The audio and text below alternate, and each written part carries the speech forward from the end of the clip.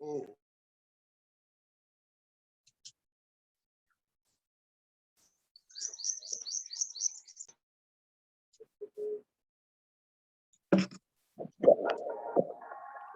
अब बताओ मैंने कितनी बार करवाया? मैं 3 बातों की तरफ आपका ध्यान दिला रहा हूँ। आसन 10-20 सेकंड, प्राणायाम 10-20-30 सेकंड, इससे ज्यादा नहीं किया। मैंने कितनी बार करवाया?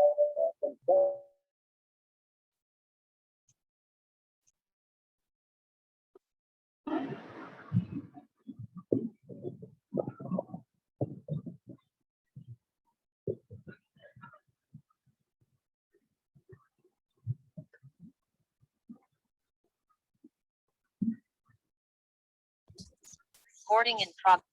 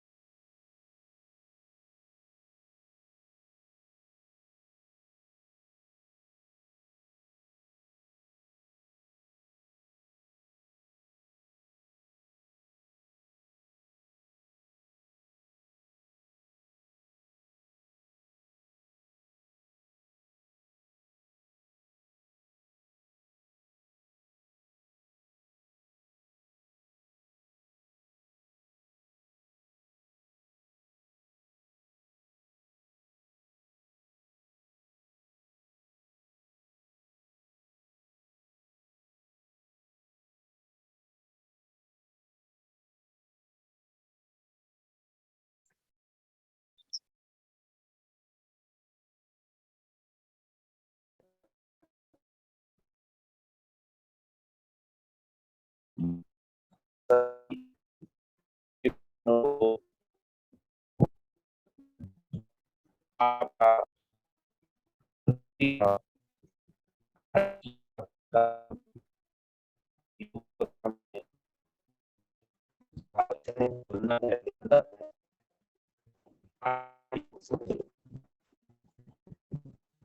मध्य प्रदेश के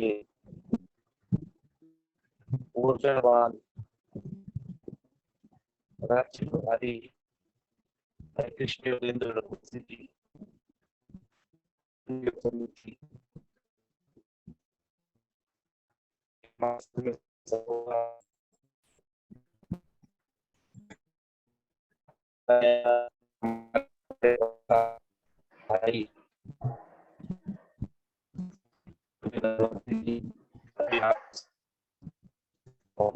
जानकारी के साथ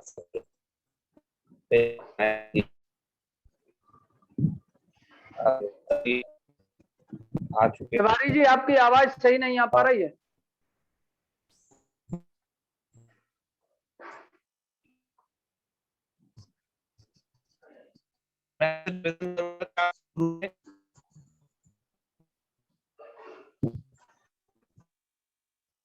सभी भाई बहनों को ओम।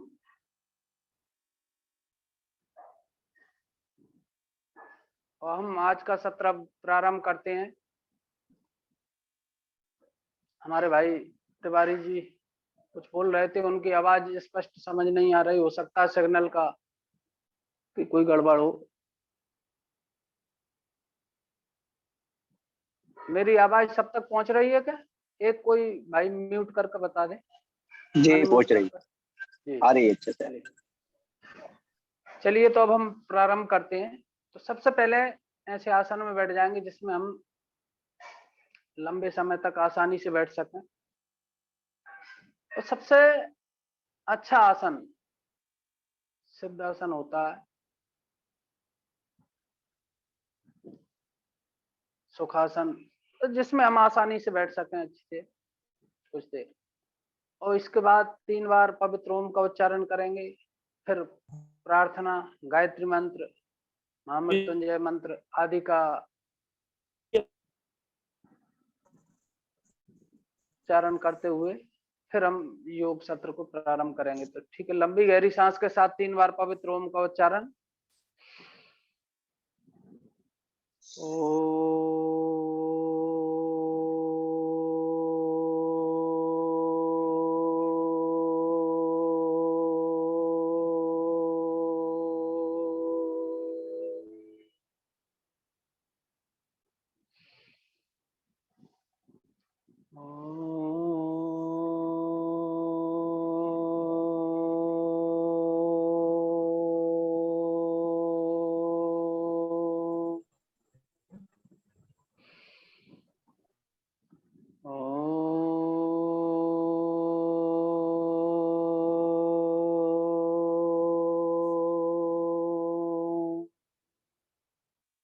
गायत्री मंत्र।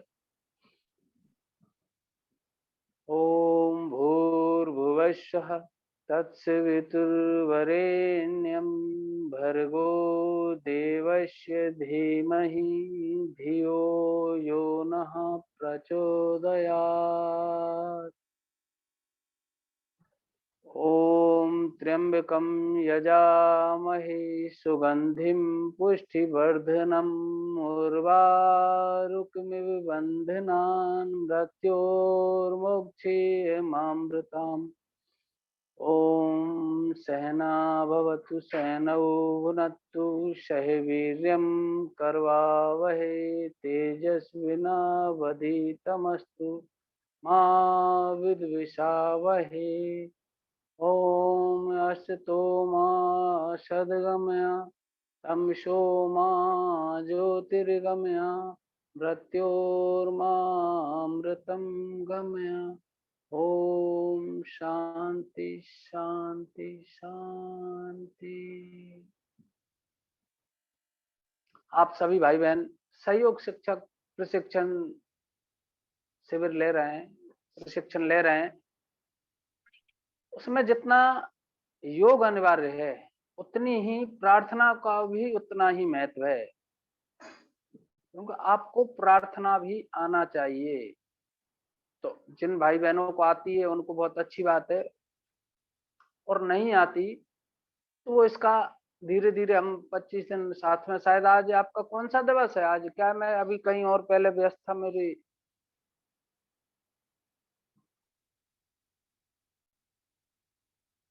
तो हमको प्रार्थनाओं का भी अभ्यास होना चाहिए। चलिए, तो अब फिर हम शारीरिक श्रम प्रारंभ करते हैं। क्या बोला आपने? आवाज नहीं आ पाई। चलिए, सब अपनी जगह पर खड़े हो जाएंगे। पहले हम करेंगे योगिक जोगिंग का अभ्यास, क्योंकि शारीरिक श्रम बहुत आवश्यक है। तो आप लोग इतने दिन से कर ही रहे हैं। सब अपनी अपनी शारीरिक क्षमता के अनुसार करेंगे। किसी को बहुत जोर जबरदस्ती करने की आवश्यकता नहीं है। खड़े हो जाएं और प्रारंभ करते हैं। First step.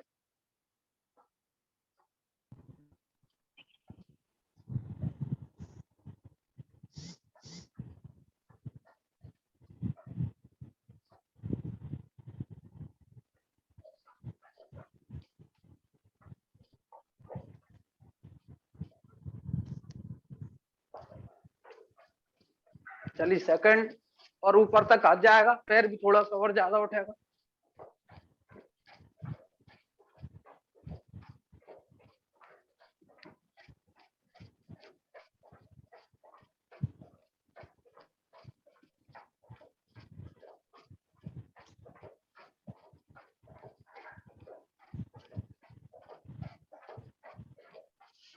चलिए, अगला, दोनों हाथ कमर पे, एक पैर को उठाने का प्रयास।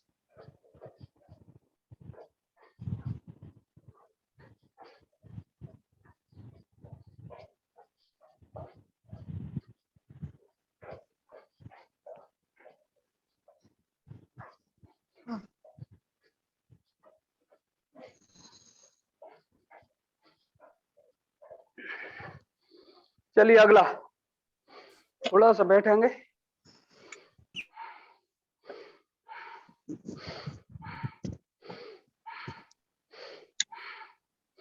सांसों के साथ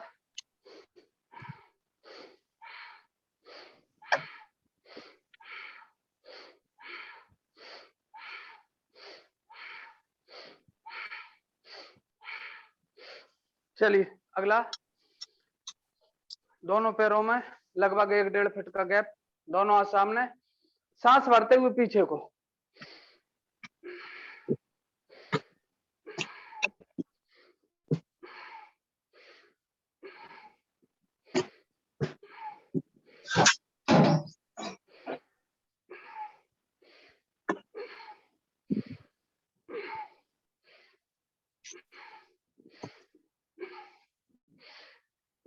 पूरी लंबी गहरी सांस, दोनों हाथ पूरी सांस भरते हुए भीतर पीछे को।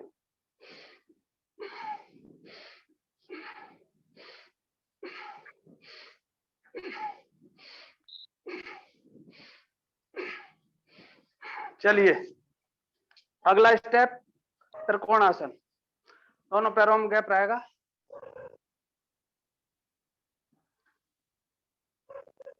ये इस तरह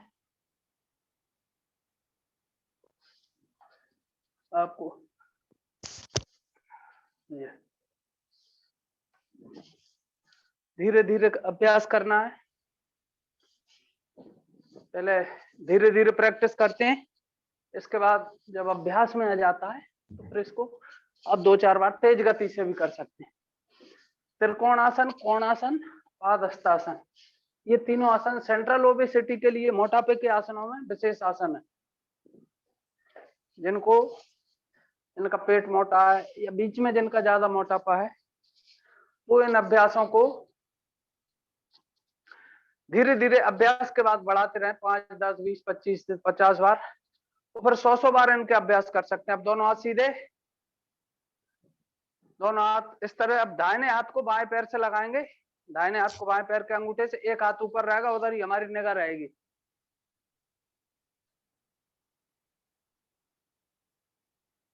फिर दूसरे साइड से जिनकी कमर में दर्द है वो ज्यादा आगे ना झुके। कमर दर्द वालों को ज्यादा आगे झुकने से बचना चाहिए। चलिए 2-4 बार करने के बाद इसको भी 2-4 बार गति में भी कर सकते हैं, अभ्यास के बाद होने लगता है। कभी कभी आप जब फ्री हो आस्था चैनल जरूर देखें। परम पूज्य स्वामी जी महाराज जब योग सत्र प्रारंभ करते हैं पहले वो दौड़ के आते हैं और इसके बाद फिर शारीरिक श्रम, एक बार वो जरूर पसीने से नहाते हैं। चलिए अब सांस भरते हुए दोनों हाथ ऊपर और सांस छोड़ते हुए दोनों हाथ नीचे पैरों के पास में रख देंगे। सिर को घुटने की तरफ ले जाने का प्रयास जितना जा सके। आराम आराम से। कमर दर्द वाले ज्यादा आगे ना झुके। कमर दर्द में इस अभ्यास से बचना चाहिए। या बिल्कुल ऊपर के ऊपर थोड़ा सा कर लें, क्योंकि योग में प्राणायाम आसन में सभी में सावधानियों का भी विशेष ध्यान रखा जाता है। हमको कहीं कोई परेशानी हो रही, दिक्कत हो रही है तो उन सावधानियों के साथ करें। हमको क्या करना है और क्या नहीं करना है इसकी भी हमें थोड़ी सी जानकारी होना चाहिए। इसको गति में भी कर सकते हैं। जिनका पेट ज्यादा मोटा है, मोटापे वालों को इसको धीरे धीरे बड़ा बड़ा 50-100 बार तक कर सकते हैं। चलिए अब करेंगे हम पीटी सब एक साथ। 1 2 3 4। 1 2 3 4। अब इसको डायरेक्ट कर लें स्पीड में। सब अपनी अपनी शारीरिक क्षमता के अनुसार कर लें। सब अपने अभ्यास के, अपनी प्रैक्टिस के अनुसार कर लें, क्योंकि ज्यादा एक दिन ज्यादा करने से भी थकावट होती है शरीर। चलिए अंतिम कमर के लिए है ये।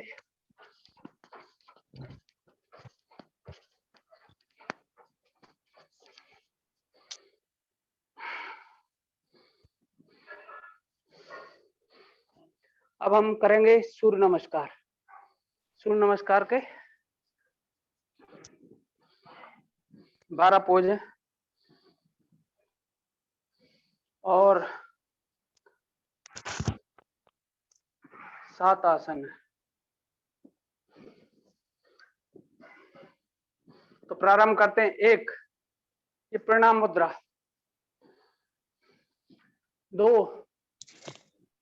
अस्तुत्थानासन, 3 पाद हस्तासन, पैरों के पास में हाथों को रखें, 4 दक्षिण अश्व संचालन आसन, 5 पर्वतासन, 6 साष्टांग, घुटने छाती थोड़ी जमीन पर लग जाएगी, बीच में थोड़े से उठे रहेंगे। फिर अगला भुजंगासन। फिर ये इतने आसन के बाद अब रिपीट आसन होंगे। फिर रिपीट पर्वतासन, फिर अब वाम अश्व संचालन आसन, बायां पैर आगे आ जाएगा, दाहिना पैर भी आगे आ जाएगा, दोनों हाथ ऊपर, वापस प्रणाम मुद्रा। फिर अब संख्या के हिसाब से करते रहेंगे। मैं 1 2 3 बोलूंगा और आप देख के और उसको करते रहेंगे मेरे साथ में। 1 2 3 4 5 6 7 8 9 10 11 12। एक बार मंत्रों के साथ और कर लेते हैं इसको। एक एक मंत्र के साथ एक एक आसन का अभ्यास करते हैं। ओम मित्राय नमः, ओम रवे नमः। ओम सूर्याय नमः। ओम भानवे नमः। ओम खगाय नमः। ओम पूष्णे नमः। ओम हिरण्यगर्भाय नमः। ओम मारीचे नमः। ओम आदित्याय नमः। ओम सावित्रे नमः। ओम अर्काय नमः। ओम भास्कराय नमः। चलिए, ये हुआ सूर्य नमस्कार का अभ्यास। अब हम घुटनों के लिए करेंगे, दोनों हाथ सामने और आधे बैठेंगे जैसे कुर्सी पे बैठते हैं।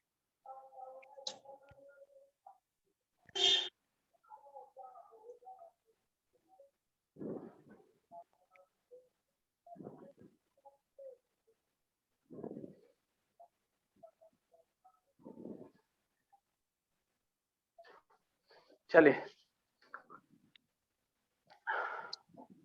यहीं पर हम पहले ताड़ासन का अभ्यास कर लेते हैं। ताड़ासन दोनों हाथों का ऐसे ग्रिप बनाकर, हाथों को बिल्कुल खिंचे हुए ऊपर रहेंगे और पैर के पंजे पर खड़े होने का प्रयास करना है। ताड़ासन बच्चों की हाइट के लिए बहुत अच्छा आसन है। छोटे बच्चों की 16-18 साल तक उनकी उम्र, इतनी उम्र तक हाइट बढ़ती है। हाइट बढ़ाने वाले 5 आसन है बच्चों को, क्योंकि आपको भी ये सीखकर आपको भी आगे करवाना है, तो हमको सब चीजें आना चाहिए। चलिए, इसके बाद करेंगे हम वृक्षासन। एक पैर को स्तंभ बनाकर आसानी से सब अपने अभ्यास के अनुसार कर लें। दोनों हाथ प्रणाम मुद्रा में बिल्कुल खिंचे हुए ऊपर को, कुछ देर रुकने का प्रयास। एक बारी करेंगे तो कम से कम 10 से 15 सेकंड हम रुक पाए।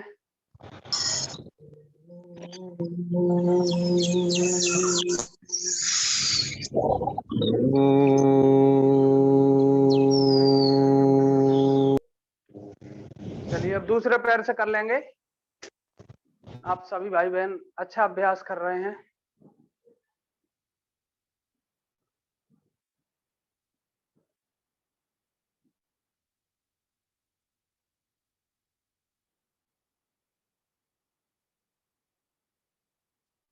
चलिए,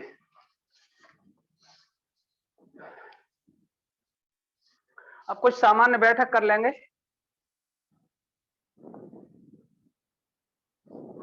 क्योंकि हमारा प्रयास रहता है कि शरीर के हर अंग की एक्सरसाइज हो, हर अंग का जोड़ा। चलिए ठीक है, नहीं अभ्यास ठीक है। दोनों हाथ घुटने पे, घुटनों को आगे पीछे कर लेंगे और यहीं दोनों घुटनों को गोल गोल घुमा लेंगे दोनों साइड से।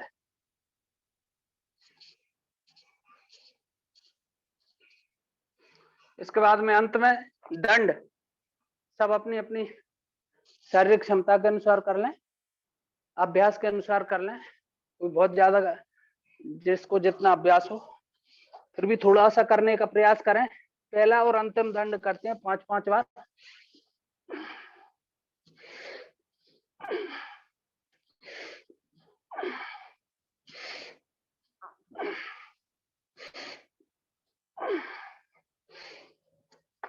अब अंतिम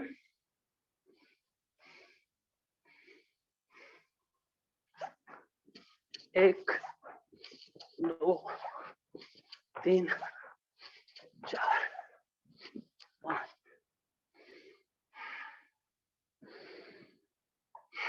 चलिए, अब आसन में बैठ जाएंगे।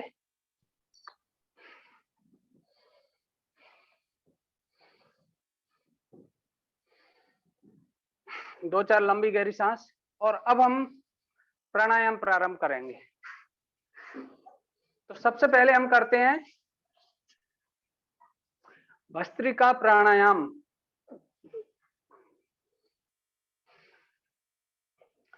भस्त्रिका प्राणायाम कैसे करना है? पूरी लंबी गहरी सांस भरना है, पूरी छोड़ देना है।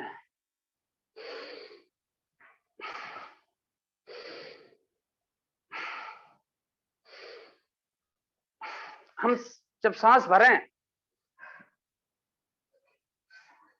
तो हमारा वक्षस्थल फूल जाना चाहिए।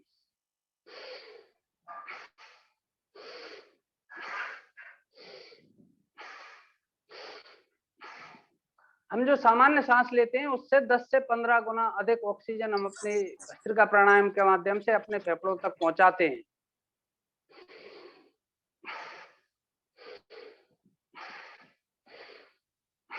भस्त्रिका प्राणायाम का सामान्य पैकेज में जब हम रोज इसका अभ्यास करते हैं तो परम पूज्य स्वामी जी महाराज इसको हमको 5 मिनट का अभ्यास बताते हैं। 5 मिनट रोज भस्त्रिका प्राणायाम करना ही चाहिए। भस्त्रिका प्राणायाम करने से क्या क्या लाभ होते हैं? भस्त्रिका प्राणायाम करने से श्वसन तंत्र संबंधित कोई भी रोग हो, फेफड़ों संबंधित कोई भी रोग हो, दमा, अस्थमा, ब्रोंकाइटिस जैसी समस्याओं को भी लगातार करते रहने से यह अभ्यास धीरे धीरे वो पूरी तरह ठीक हो जाते हैं।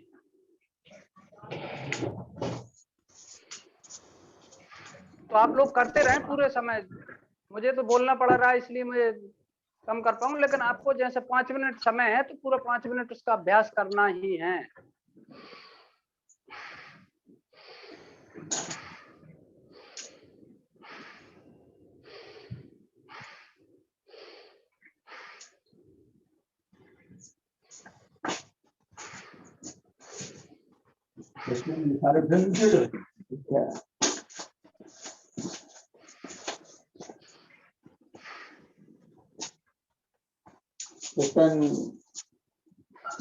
वावन है आज चलाया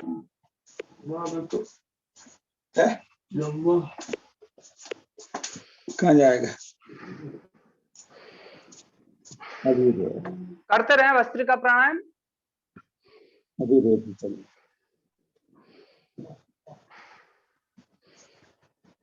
और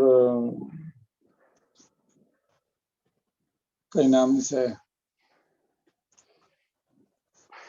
फिर हवन का बाद जी कोठी भर लो का ये भैया किसका माइक अनम्यूट है, इसको म्यूट कर लेंगे और सभी करते रहे भस्त्रिका प्राणायाम। 1 मिनट और करना है हमको।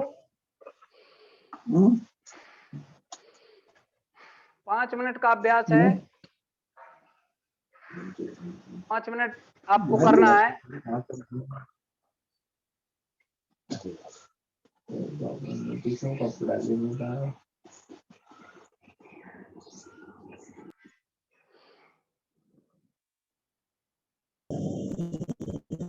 कर दिया म्यूट सुरेंद्र भाई थे, कर दिया। चलिए चलिए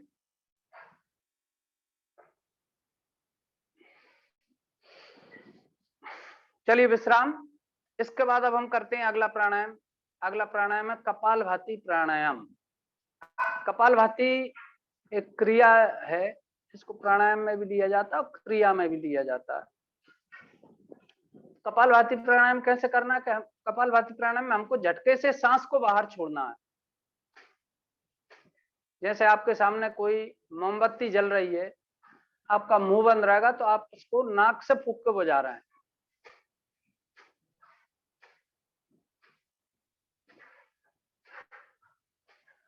जब आप झटके से सांस बाहर छोड़ेंगे, जब नाक से मोमबत्ती को फूंक के बुझाएंगे तो वो स्टॉक आपके पेट पर लगेगा, नाभि के आसपास स्पंदन होगा। यही कपालभाति है।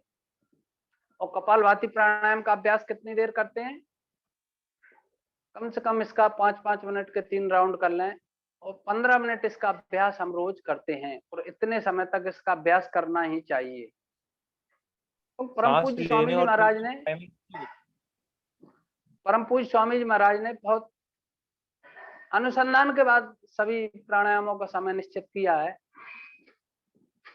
तो कपालभाति में जब झटके सांस बाहर छोड़ेंगे, आपको लेने पर विशेष ध्यान नहीं देना, थोड़ी सी अपने आप आ जाती, और छोड़ने पर ज्यादा फोकस करना। पूरा फोकस हमारा सांस को बाहर छोड़ने पर।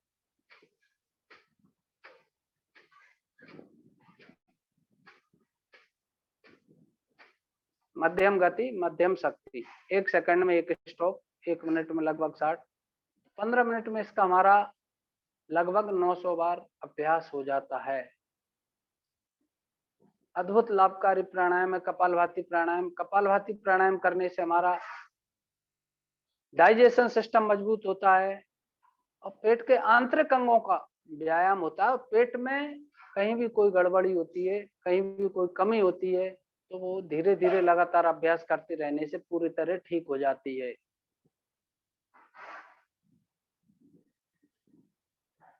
आयुर्वेद में वैसे भी कहा गया है कि 90 से 95% बीमारियां पेट की गड़बड़ी के कारण ही होती हैं।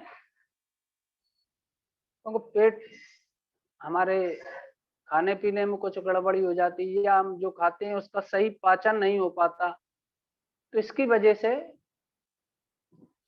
जब डाइजेशन सही नहीं होगा, पाचन सही नहीं होगा, तो उसके जो आपने खाया है उसके सही रस रसायन शरीर को नहीं मिलेंगे तो वो कैसे उत्पन्न करेगा।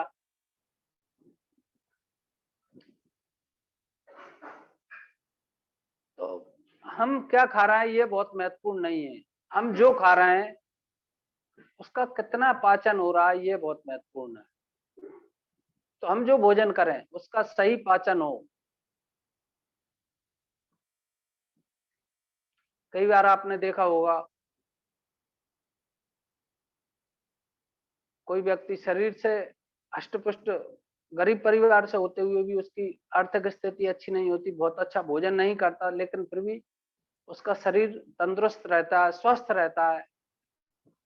उसका कारण है उसका डाइजेशन सिस्टम एकदम सही है कि हम जो खा रहे हैं, बहुत ज्यादा खाने की आवश्यकता नहीं व्यक्ति को, थोड़े से भोजन में ही उसका काम हो जाता है, लेकिन उसका सही पाचन होना चाहिए।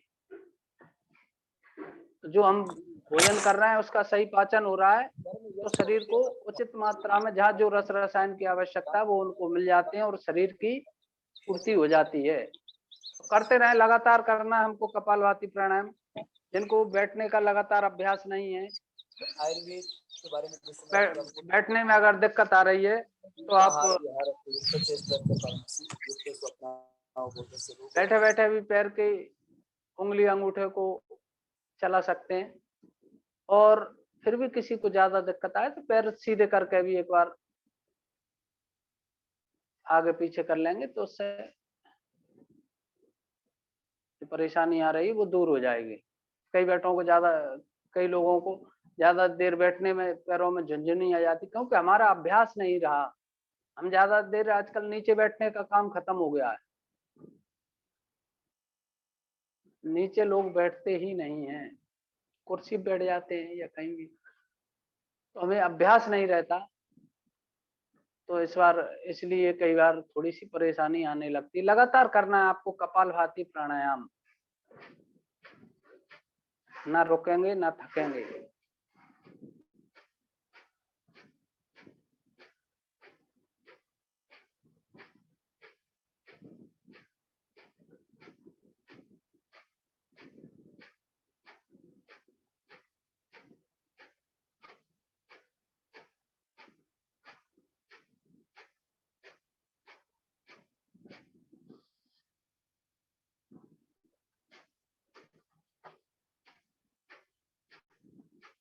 कपालभाति प्राणायाम, जैसे कि इसका नाम है कपालभाति। कपाल यानी होता है हमारा ये माथा, भाति यानी होती चमक।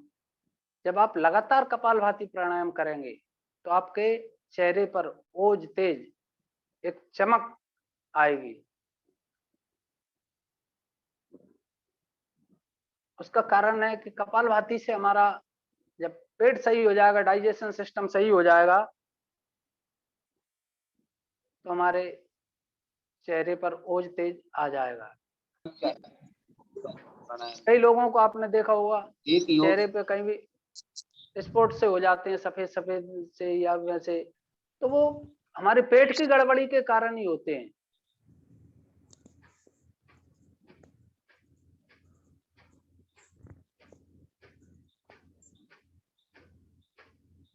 तो हमको अगर पेट को स्वस्थ रखना है, पेट को सही रखना है, डाइजेशन सिस्टम को सही रखना है, तो हमको कपालभाति प्राणायाम का अभ्यास 15 मिनट रोज करना ही चाहिए। हम अगर ये शरीर हमारा स्वस्थ है, ये शरीर हमारा हमारा साथ दे रहा है, तो ही हम परिवार के लिए, समाज के लिए, राष्ट्र के लिए उपयोगी हो पाएंगे। अन्यथा कोई कितना भी अच्छा शरीर हो और वो अगर बिस्तर पकड़ ले, खटिया पकड़ ले, बीमार हो जाए, गंभीर बीमार, और ये लगने लगे कि इसकी बचने की कोई संभावना नहीं है, तो वो एक समय के बाद घर परिवार पर भी बोझ हो जाता है। तो हम योग के द्वारा, परम पूज्य स्वामी जी महाराज ने हमको एक ऐसी विद्या दी जिसके, तो ये विद्या बहुत पहले से थी, लेकिन इसको जन जन तक पहुंचाने का जो कार्य किया वो परम पूज्य स्वामी जी महाराज ने ही किया है। नहीं तो पहले योग यानी साधु संतों के द्वारा किए जाने वाला विशेष आसन थे। तो परम पूज्य स्वामी जी महाराज ने इसको आसान करके, सरल करके और आम पब्लिक तक पहुंचाया है।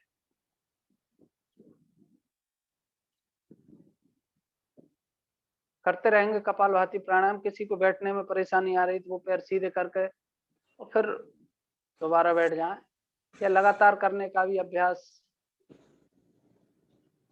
हमें हो तो अच्छा रहता है, बैठ सकते हैं, कर सकते हैं।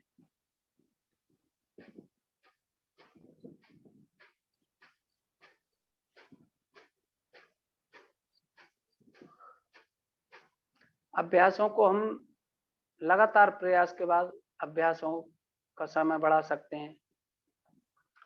और जिनको गंभीर रोग होते हैं उनको कपालभाति प्राणायाम आधा घंटा, एक घंटा, अनुलोम विलोम प्राणायाम आधा एक घंटे तक करवाते हैं परम पूज्य स्वामी जी महाराज। और सामान्य पैकेज में कम से कम 15 मिनट इसका अभ्यास हमको रोज करना ही चाहिए।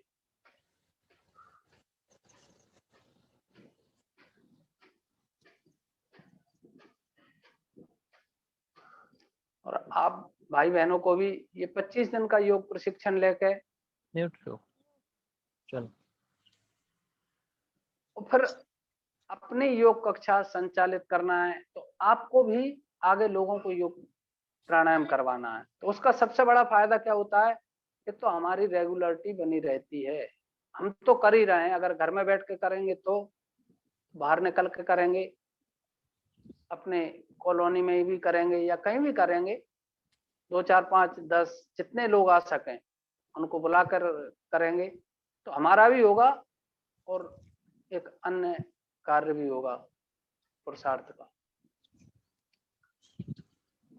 और हमने जो योग सीखा है, परम पूज्य स्वामी जी जो कहते हैं, उनकी गुरु दक्षिणा यही है कि आपने सीखा मुझसे, जैसे हमने उनसे सीखा, तो हमारे भी जैसे योग कक्षा चलती है तो उसमें सिखाते हैं। फिर उनसे भी यही कहते हैं कि भैया जैसे अब आप कहीं और अपनी योग कक्षा स्थापित करें।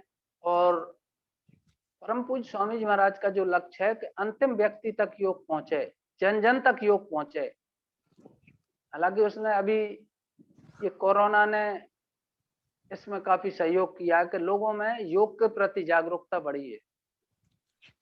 लोग टीवी देखकर, ऑनलाइन के माध्यम से, अभी जैसे लॉकडाउन भी है तो बाहर अगर योग कक्षाएं नहीं लग पा रही हैं तो ऑनलाइन के माध्यम से भी बहुत अच्छी योग कक्षाएं चल रही हैं।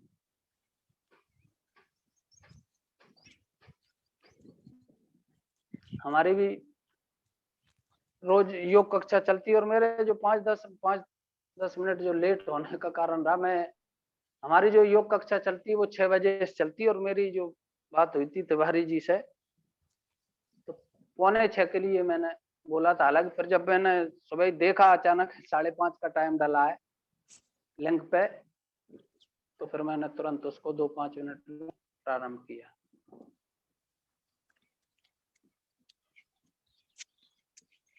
करते रहे, जो आसानी से बैठे हैं, जिनको पैरों में दर्द हो रहा है, हमको इसका 3 मिनट और अभ्यास करना है। 12 मिनट हम कर चुके हैं तो हम एक साथ ही कर लेते हैं कपालभाति प्राणायाम। वैसे ऐसा भी कर लेते हैं 5-5 मिनट के 2 राउंड पहले कर लें, फिर अनुलोम विलोम कर लें, फिर बाद में कपालभाति कर लें और अनुलोम विलोम कर लें, बीच में सूक्ष्म व्यायाम कर लें, किसी भी तरीके से कर सकते हैं। हमको इसका 15 मिनट अभ्यास करना है, तो 15 मिनट का समय पूरा हो।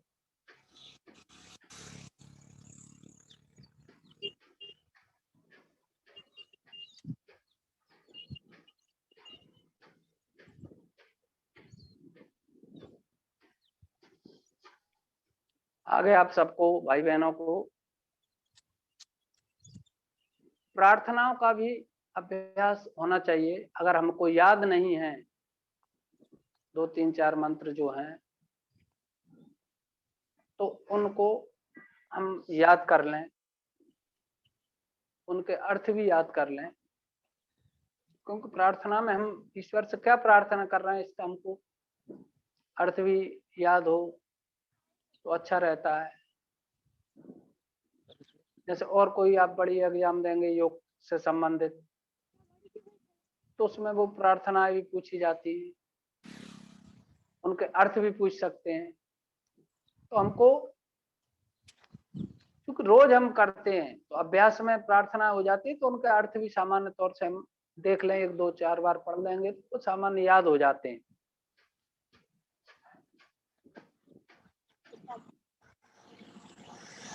मेरी बुखार आ जाता है, बड़ी बीमारी है उनकी, हार्ट लीवर कैंसर। जो देख जो योग कर जी छिंदवाड़ा वाले गुरु जी है।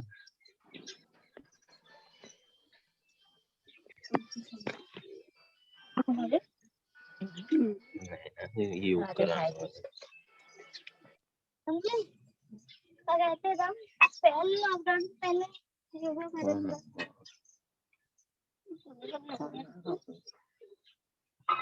योगा करो। तू कहाँ जा रहा? तू ये देखे पाँव आर दिक्कत है कि तो बस इतने भर करियो के भाई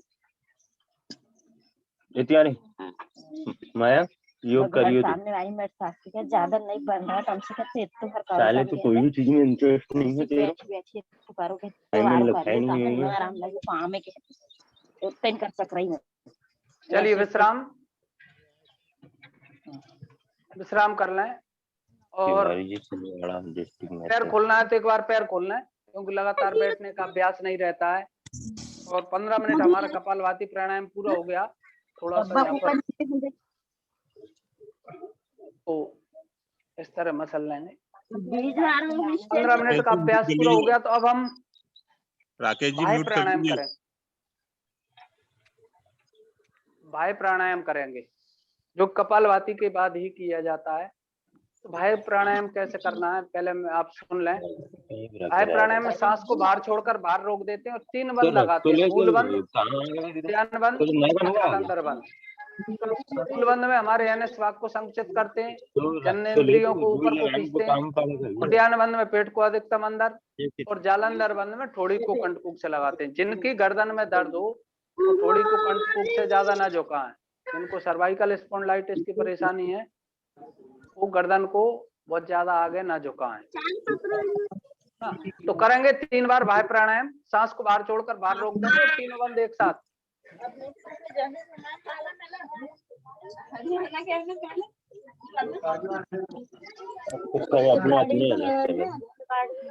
देखो ज्यादा समझ में नहीं आया तो सांस को बाहर छोड़कर बाहर रोक दो। हमारी जन्नेंद्रियों को हम ऊपर की ओर खींचते हैं, पेट को अधिकतम अंदर ले जाने का प्रयास करते हैं और गर्दन को उठाकर लॉक कर लेते हैं।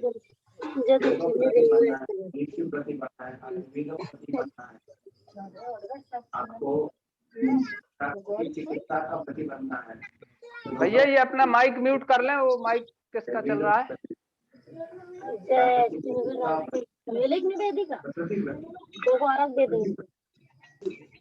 चौरे जी कृपया माइक म्यूट करें अपना।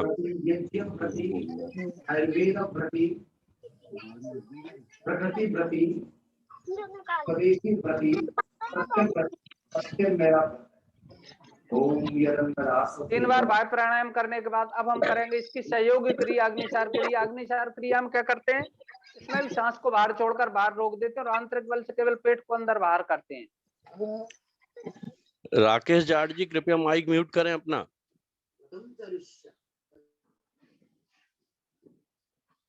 राकेश भाई माइक को म्यूट कर लें आप अपने को।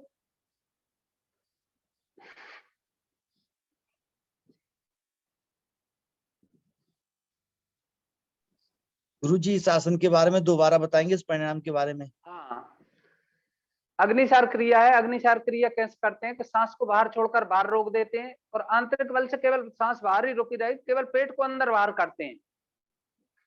एक बार में, पहली बार में कम से कम 30, 35, 40 बार तक हो जाता है। फिर एक बार दोबारा सांस लें, फिर दोबारा करेंगे तो थोड़ा सा 2-5 बार कम होगा। इसके लाभ भी पेट के लिए बहुत अच्छे हैं। अग्निसार जो इसका नाम है, ये हमारे भोजन पचाने वाली अग्नि को प्रदीप्त करती है, उसको स्वस्थ करती है। डाइजेशन सिस्टम भी इससे अच्छा रहता है। तो करें 3 बार इसका अभ्यास।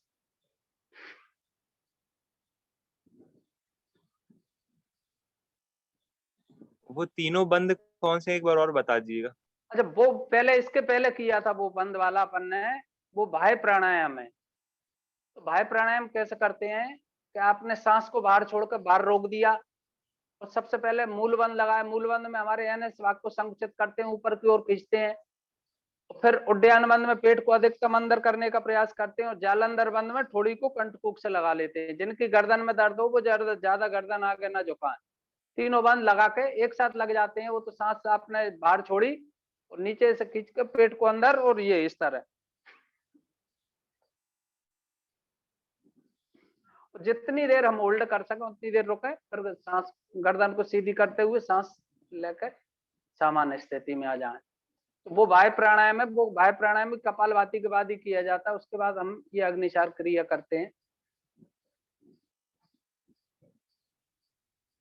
और इसके बाद आप बाद में भी पूछ सकते हैं, जैसे समझ में कोई चीज नहीं आ रही तो नोट कर लें। और अपन 5-10 मिनट का अपना सत्र बाद में, ये योग कक्षा समापन के बाद भी आप किसी भी विषय पे बात कर सकते हैं, पूछ सकते हैं। चलिए, अब हम करेंगे अगला प्राणायाम है उज्जाई प्राणायाम। उज्जाई प्राणायाम गले के रोगों को एवं थायराइड के लिए विशेष लाभकारी होता है। उज्जाई प्राणायाम करना कैसे है, पहले ये सुन लें। गले को टाइट करते हुए आवाज के साथ सांस अंदर भरना है। इस तरह आवाज के साथ में सांस अंदर भरेंगे और फिर जितनी देर रोक सकें, सांस भरने के बाद जितनी देर होल्ड करके रख सकें, रोक कर रख सकें, रोकें। और जब छोड़ने की तीव्र इच्छा हो, बहुत जोर जबरदस्ती नहीं करना। दाहिनी नासिका को बंद कर देंगे, बाईं नासिका से सांस बाहर छोड़ देंगे। कम से कम 3 बार इसका अभ्यास करें। तो हम असिस्टेंट योग टीचर की ट्रेनिंग ले रहे हैं, तो हमको ये सब अभ्यास हमें प्रैक्टिस में होना चाहिए। आप सभी अभ्यास चाहें तो एक बार लिख भी सकते हैं, कौन से के बाद उनका क्रम भी याद बना रहेगा, नाम भी आपको याद बने रहेंगे। तो 3 बार करें उज्जाई प्राणायाम।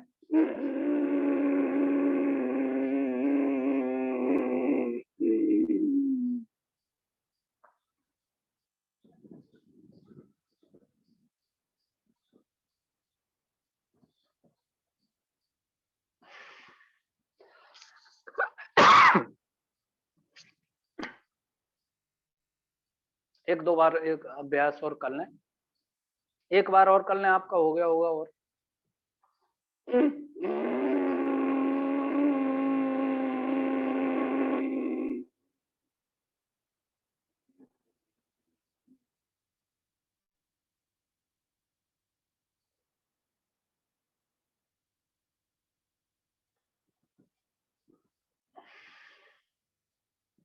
तो वैसे एक साथ ना हो तो थोड़ा सा इसके हम टुकड़ों में प्रैक्टिस इस तरह कर सकते हैं। फिर पूरी लंबी गहरी सांस भर लेंगे, रोक कर रखेंगे। ये चौथा नंबर का प्राणायाम है। हमने सबसे पहले प्राणायाम में किया भस्त्रिका, फिर कपालभाति, फिर बाह्य प्राणायाम और चौथा उज्जाई प्राणायाम। अब पैर खोल लें, बहुत देर हो गई बैठे बैठे भी। थोड़ा सा सूक्ष्म व्यायाम करते हैं हम। इसके बाद फिर हम आगे प्राणायाम की ओर चलेंगे। सूक्ष्म व्यायाम में दंडासन में बैठ जाएंगे, दोनों हाथ कमर से सटे हुए, कमर बिल्कुल मेरुदंड सीधा। केवल पैर के पंजे, उंगली अंगूठों को आगे पीछे करेंगे। पंजा तो अपनी जगह रहेगा। पहले 5 बार उंगली अंगूठे आगे पीछे, और फिर पूरे पंजे को आगे पीछे 5 बार। तो सूक्ष्म व्यायाम भी बहुत उपयोगी है, बहुत महत्वपूर्ण है। सूक्ष्म व्यायाम और स्थूल व्यायाम में ये अंतर है। सूक्ष्म व्यायाम हम जो करते हैं, अच्छा इस दोनों पैरों को गोल गोल घुमा लेंगे, बॉडी के स्पेशल पार्ट के लिए वो व्यायाम किया जाता है और उसी पर उसका फायदा भी होता है। दोनों पैरों में गैप करके दोनों पैरों को एक साथ भी कर लेंगे, 5-5 बार क्लॉकवाइज और एंटी क्लॉकवाइज कर लें। इसमें भी ये प्रयास किया जाता है कि शरीर के हर जोड़ को एक्सरसाइज दें। एक पैर सीधा रहेगा, एक पैर को उठाकर अपनी जंघा पर रख लें और दूसरे हाथ से घुटने से उठाते हुए छाती से लगाने का प्रयास 5-5 बार इस अभ्यास को कर लें।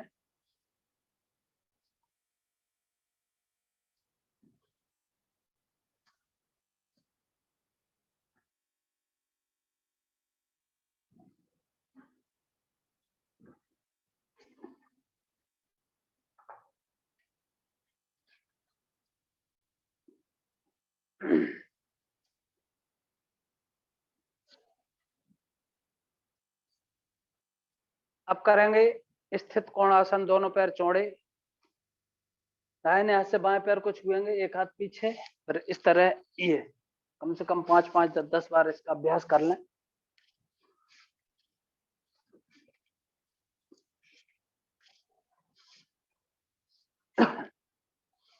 चलिए अब यहीं पर हम चक्की चला लेंगे। दोनों हाथ सीधे, दोनों पैर भी सीधे, दोनों हाथों को इस तरह ग्रिप बनाते हुए दोनों हाथों को आगे ले जाएंगे। तो प्रयास करें कि ये आगे पैर के वहां से आगे से निकल जाए और पीछे आते हुए घुटने नहीं उठेंगे, घुटने के पीछे से हाथ निकले। 3-3 बार क्लॉकवाइज और एंटी क्लॉकवाइज इसका अभ्यास कर लेंगे। कमर के लिए बहुत अच्छा रहता है। मोटापे के आसनों में भी, मोटापे का जो परम पूज्य स्वामी जी महाराज का पैकेज है उसमें भी ये शामिल है। तो आपको 1-2 दिन मोटापे वाला भी अभ्यास करवाया जाएगा, क्योंकि आपको भी सबका अभ्यास होना चाहिए। अब कर लेंगे हम बटरफ्लाई, दोनों पैरों को इस तरह जोड़कर और घुटनों को ऊपर नीचे करते हैं।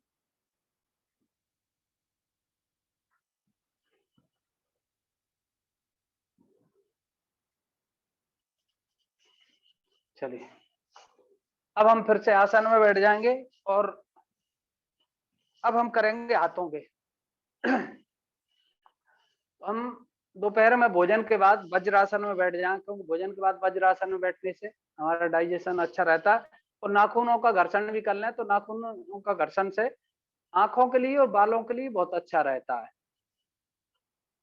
चलिए दोनों हाथ सामने कर लें, उंगलियों को लोड देते हुए इस तरह 5-5 बार,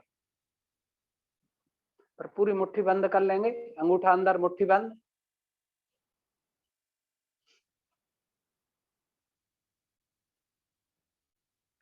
कलाई को ऊपर नीचे,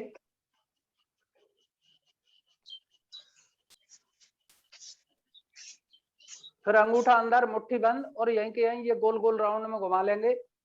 ये हाथों के सभी व्यायाम, सूक्ष्म व्यायाम, सर्वाइकल स्पॉन्डिलाइटिस, गर्दन के दर्द, कंधे के दर्द, इनके लिए विशेष लाभकारी होते हैं।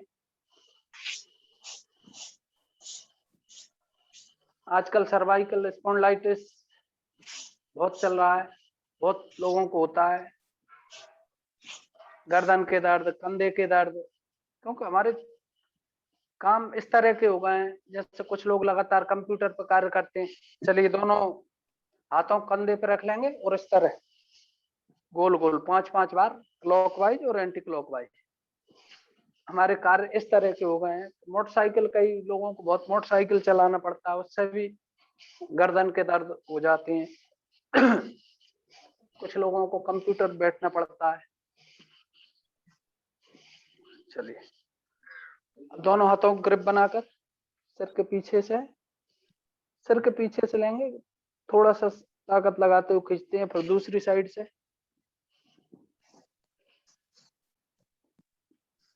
करते रहें।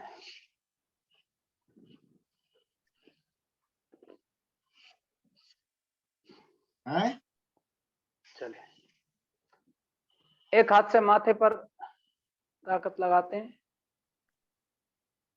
माथे से हाथ पर, हाथ से माथे पर, और दूसरी साइड से दोनों हाथों ग्रिप बनाकर सिर के पीछे और आगे।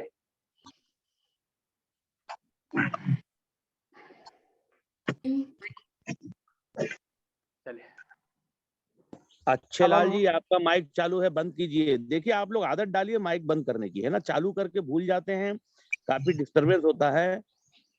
अच्छे लाल जी, बंद कीजिए।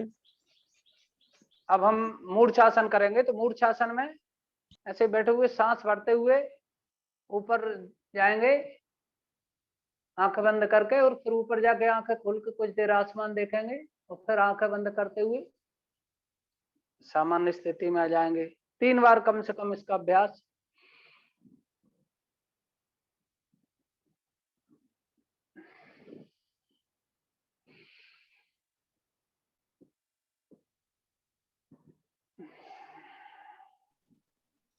पद्धति को और एक बार बता दीजिए सर जी। सामान्य तरीके से बैठे हैं हम, सांस भरते हुए, आंखें बंद करके सांस भरते हुए सीधा ऊपर आसमान की तरफ गर्दन, ऊपर गर्दन करेंगे और आसमान तरफ देखेंगे आंख खोलकर। कुछ देर रुकेंगे, फिर आंख बंद करते हुए सीधे नीचे आ जाएंगे और सांस बाहर छोड़ देंगे। 2-3 बार इसका अभ्यास कर लें। ये गर्दन के लिए भी बहुत अच्छा रहता है। कई लोगों को जो जमीन से बैठ के एकदम खड़े होते हैं तो उनको एकदम चक्कर से आ जाते हैं, तो उसमें भी बहुत लाभकारी होता है ये। चलिए, इसके बाद अब हम करेंगे 5-5 मिनट के 3 राउंड अनुलोम विलोम प्राणायाम। अनुलोम विलोम प्राणायाम किस तरह करना है? दाहिने हाथ के अंगूठे से दाहिनी नासिका को बंद करते हैं, राइट नोस्टल को, और लेफ्ट नोस्टल से सांस भरते हैं। लेफ्ट नोस्टल से सांस भरी, फिर राइट से छोड़ देंगे, फिर राइट से भरेंगे, लेफ्ट से छोड़ देंगे। यही क्रम चलता रहेगा। जब इसको प्रारंभ करते हैं तो राइट नोस्टल, राइट दाहिने हाथ की नासिका को बंद करके और बाई नासिका सांस भरते हैं और दाहिनी से छोड़ते हैं, फिर दाहिनी से भरते हैं तो बाई से छोड़ते हैं। यही क्रम लगातार चलता रहता है और इसका हमको लगातार अभ्यास करना है। इसमें यही है कि जब प्रारंभ करें तो बाई नासिका से सांस ले भरकर प्रारंभ करेंगे, और जब छोड़ते हैं तो बाई नासिका से छोड़कर ही प्रारंभ करें। अब ये बाई नासिका से ही क्यों छोड़ते हैं ये बताऊं आपको। बायां स्वर चंद्र स्वर है, दाहिना स्वर सूर्य स्वर है। चंद्र स्वर शीतलता का प्रतीक होता है और दायां स्वर उष्णता का प्रतीक होता है। तो हमारे अनुलोम विलोम प्राणायाम करने से मन एकदम शांत होता है। तनाव एवं तनाव जनित जितने भी रोग होते हैं सब में विशेष लाभ होता है।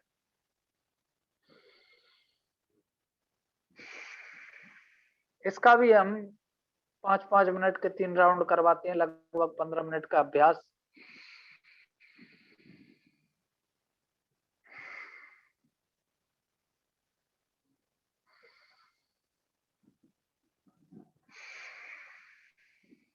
इससे शरीर के, हमारे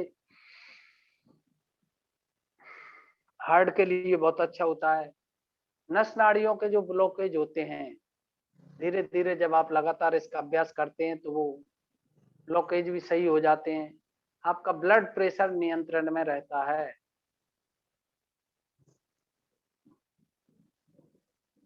यह है कि इसका अभ्यास हमको लगातार ही करना है। तनाव एवं तनाव जनित जितने भी रोग हैं, मानसिक तनाव है, अनिद्रा है,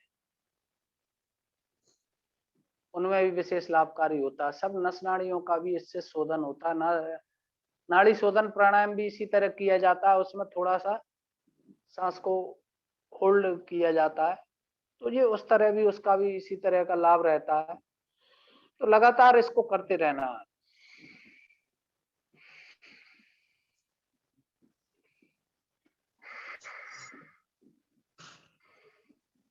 5-5 मिनट का हमको 3 राउंड करना है। तो कोई भाई बहन चाहे तो अपने कोई उसको बात रखना हो बात भी रख सकते हैं, कोई भजन कीर्तन भी, भजन अगर किसी को अपनी प्रस्तुति देना है तो वो दे सकते हैं। बाकी सब अपना अनुलोम विलोम प्राणायाम पूर्ण ध्यानस्थ होकर, हमारा पूरा ध्यान केवल प्राणायाम पर, देह को देवालय बनाते, जैसे हम भगवान के मंदिर में बैठे हैं, पूर्ण समर्पित होकर, पूर्ण समाहित होकर, पूरा ध्यान हमारा केवल प्राणायाम, हम जो कर रहे हैं केवल हमारा ध्यान उसी कार्य पर पूर्ण समर्पण के साथ करते रहें आप अपना।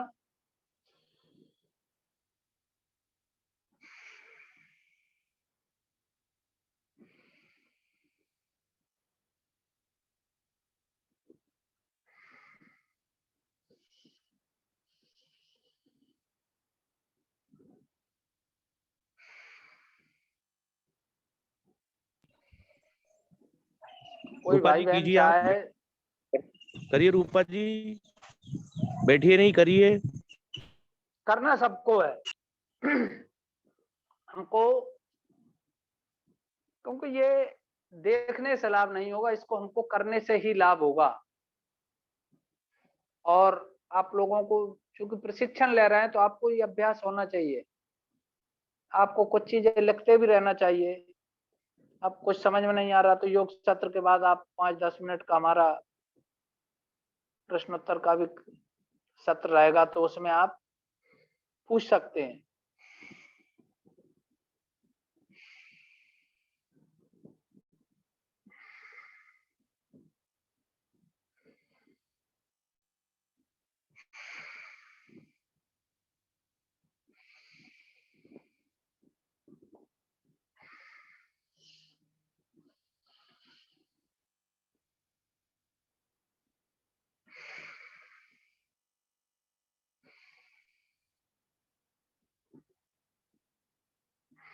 देखो ये ऑनलाइन जो प्रशिक्षण सत्र चल रहा है तो इसमें भी कितने लोगों की ऊर्जा लग रही है, कितने पीछे से कार्य कर रहे हैं। हमारे तिवारी जी लगातार पीछे से रोज लिंक बनाना, लिंक डालना, सुबह सत्र को प्रारंभ करना और उसको देखते रहना, तो ये भी कितना पुरुषार्थ है। तो उसका जब इतने लोगों की मेहनत हो रही है तो हमको जो हम सीख रहे हैं प्रयास करें कि उसको हम पूरा सीखें।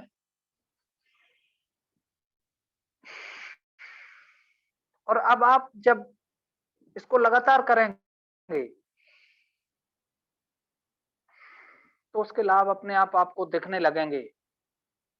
योग करने से शरीर में एक चीज का लाभ नहीं होता, शरीर पूरा फिट होता है। जहां जहां जो कमियां होती हैं उनका पूरी तरह वो धीरे धीरे ठीक होने लगती हैं। तो मैं खुद इतने वर्षों से कर रहा हूं,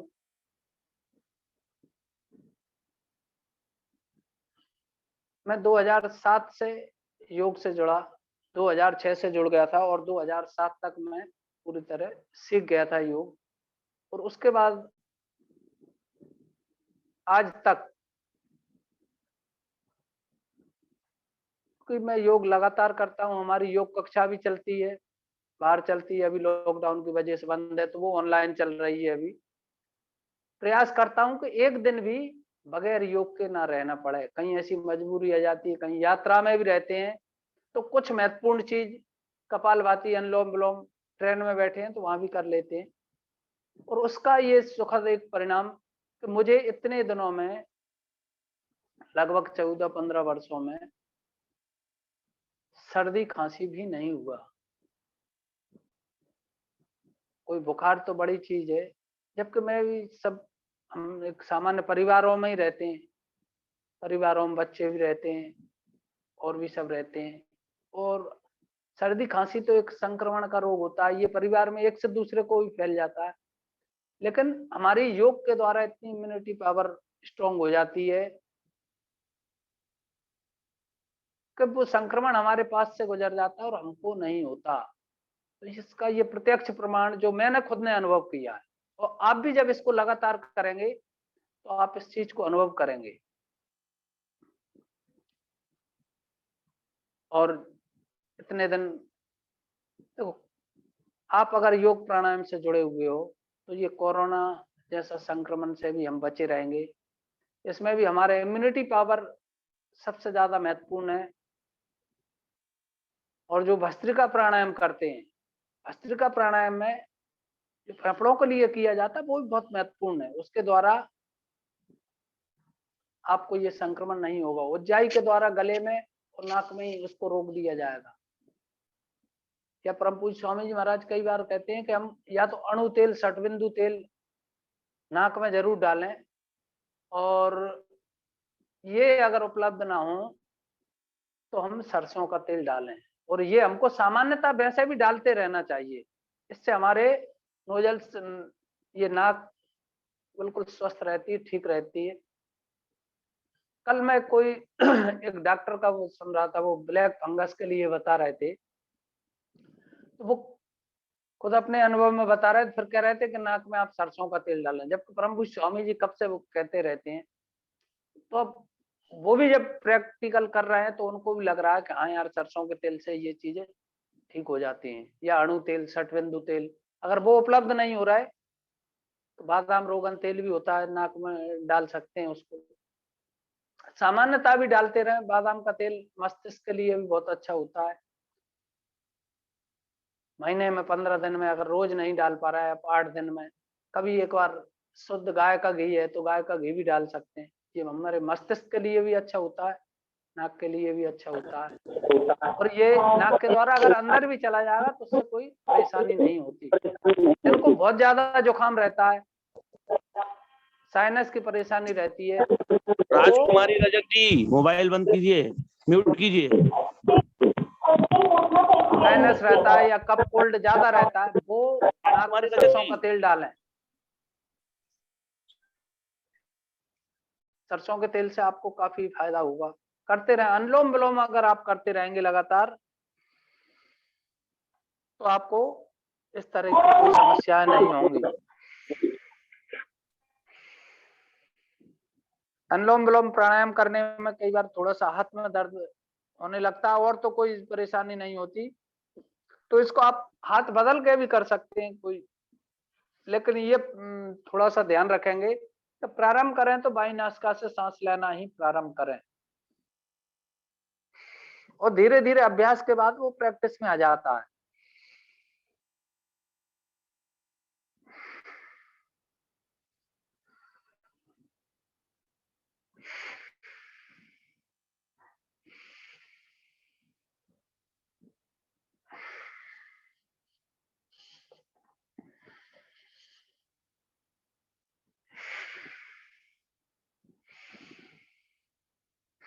हमको 4 मिनट और करना है। हमारा 11 मिनट का अभ्यास हो गया।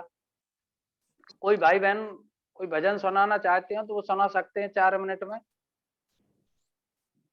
या अपनी कोई मन की बात रखना हो, या तिवारी जी कोई विशेष सूचना हो तो आप वो भी बता सकते हैं।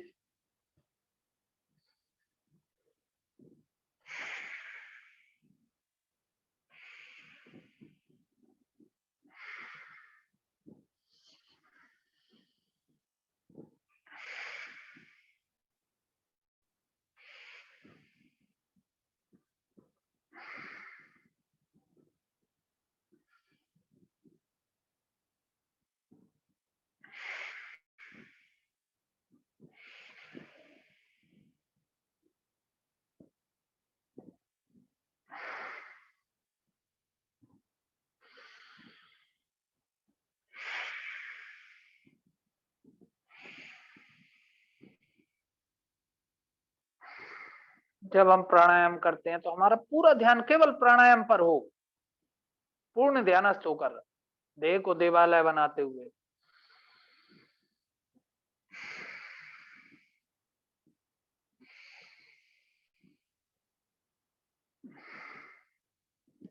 और अब आप जब इसको लगातार करेंगे 8 दिन, 10 दिन, 15 दिन, धीरे धीरे आपको इसके लाभ अनुभव होने लगेंगे। क्योंकि हमारे शरीरों में भी बहुत कमियां रहती हैं, और योग प्राणायाम के द्वारा तो धीरे धीरे सभी एक साथ ठीक होने लगती हैं। जब आप लगातार इसको अपने जीवन में शामिल करेंगे, और जब अभ्यास होगा आपका, और फिर आप अनुभव करेंगे, फिर आपको लगेगा, पहले तो हमको नहीं लगता, हमें ऐसा लगता है कि हम स्वस्थ हैं, थोड़ी सी कब्ज अकेली है, यही समस्या है। लेकिन जब आप ठीक होने लगेंगे और जब इसको डेली रूटीन में आप कर लेंगे, तो आप अनुभव करेंगे कि दिन भर आप पूरी ऊर्जा से अपना कार्य कर पा रहे हैं, आपकी कार्य क्षमता बढ़ गई है। आप सामान्य तरीके से अगर 8 घंटे कार्य करते थे,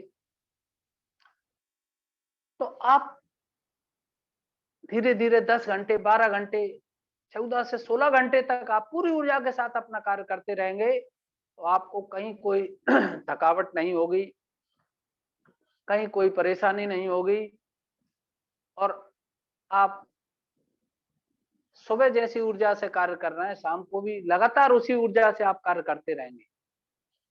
इतना शरीर ऊर्जावान बन जाता है। और जब आप बिस्तर पर जाएंगे, तो आपके 5 मिनट के अंदर, 2 मिनट के अंदर ही आपकी नींद लग जाएगी। मतलब हम जो कार्य कर रहे हैं, उसको फिर उसको पूरा लाभ उसका हमको मिलेगा। कई लोग बिस्तरों पे आपने देखा होगा, अनुभव किया होगा, कई हमारे मिलने वाले भी या हम में से भी कोई हो सकते हैं, बिस्तर पे पड़े हैं, करवट बदल रहे हैं, उनको नींद ही नहीं आ रही। ये भी एक बहुत बड़ी समस्या है, बहुत बड़ी बीमारी है। जब आप इसको अपने जीवन में शामिल कर लेंगे, फिर आप अनुभव करेंगे कि आपका तनाव दूर हो गया है। तनाव संबंधित कोई भी जो रोग है, को धीरे धीरे लगातार करते रहने से ठीक हो जाते हैं। अनिद्रा जैसा रोग है, वो दूर हो जाता है। जब आप बिस्तर पे जाएंगे, तुरंत आपकी नींद लग जाएगी। जब आप सुबह, एक बार आपकी हैबिट में आया, सुबह हमको 4:30 बजे उठना है, 5 बजे उठना है, तो जितने बजे की एक बार आप आदत डाल लेंगे, आप उतने बजे अपने आप नींद खुल जाया करेगी। बहुत से लोग तो उन्होंने सूर्योदय ही नहीं देखा। परम पूज्य स्वामी जी महाराज ने कम से कम बहुत लोगों को योग से जोड़कर उनको सूर्य के, प्रातः उगने वाले सूर्य के दर्शन करवा दिए। नहीं, बहुत लोग 7 बजे तक, 8 बजे तक, 9 बजे तक सो ही रहे हैं। अच्छा, उनको फिर इसका ये पता नहीं चलता कि हमें इसका क्या नुकसान हो रहा है। आप जब प्राकृतिक तरीके से, हमारे शरीर की हैबिट रहती है, हमने जो भोजन किया उसको सुबह 5 बजे तक, ज्यादा है 5:30 बजे तक उठ के हमको फ्रेश होने जाना चाहिए। तो जब हम फ्रेश होने जाएं, तो उसके पहले कम से कम 2 गिलास पानी पिए। और अगर आप सोते ही रहते हैं, तो जो मल हमारे पेट में है, आंत में है, वो दोबारा डाइजेस्ट होने लगता है शरीर में, और वो सूखने लगता है, तो वो धीरे धीरे हमारी आंतों से चिपक जाता है। जब आंतों से चिपकता है, तो कब्ज की समस्या हो जाती है। और जिन लोगों को कब्ज की समस्या होती है, कई लोगों को आपने देखा होगा, उनको मुंह में लगातार छाले बने रहते हैं। उसका कारण यही है कि उनका पेट में गड़बड़ है, उनको कब्ज की बहुत बड़ी समस्या है। तो आप जब रोज योग प्राणायाम करेंगे और जब कपालभाति का अभ्यास करते हैं, तो उससे कब्ज की समस्या दूर हो जाती है। तो अब चूंकि आप भी हमारे साथी बन रहे हैं, आप लोग भी सहयोग शिक्षक, इसके बाद फिर जब आगे आपको समय आएगा, तो मुख्य योग शिक्षक का हरिद्वार से 5 दिन परम पूज्य स्वामी जी महाराज के सानिध्य में योग करने का सौभाग्य प्राप्त होगा। चलिए विश्राम।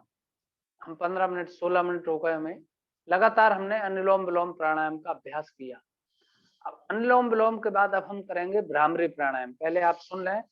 तर्जनी उंगली को माथे पर रखना है, ये बाकी की 3 नाक के मूल पर और आंख पर, और ये अंगूठे से कान को बंद करना है, और सांस भरते हुए भौरे जैसा गुंजन करके सांस को बाहर छोड़ना। इस प्राणायाम का नाम है भ्रामरी। 5 बार करना है कम से कम।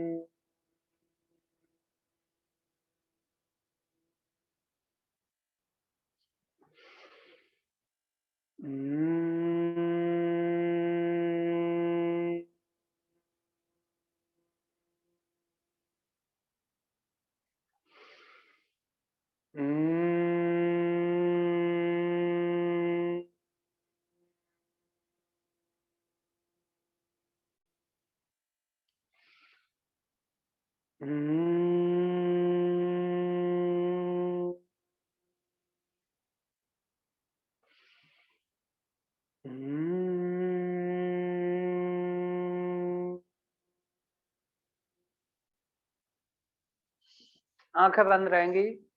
अब करेंगे हम उद्गीत प्राणायाम। उद्गीत प्राणायाम में लंबी गहरी सांस के साथ ओम का उच्चारण करते हैं। आंखें कभी कोई नहीं खुलेगा। 5 बार उद्गीत प्राणायाम।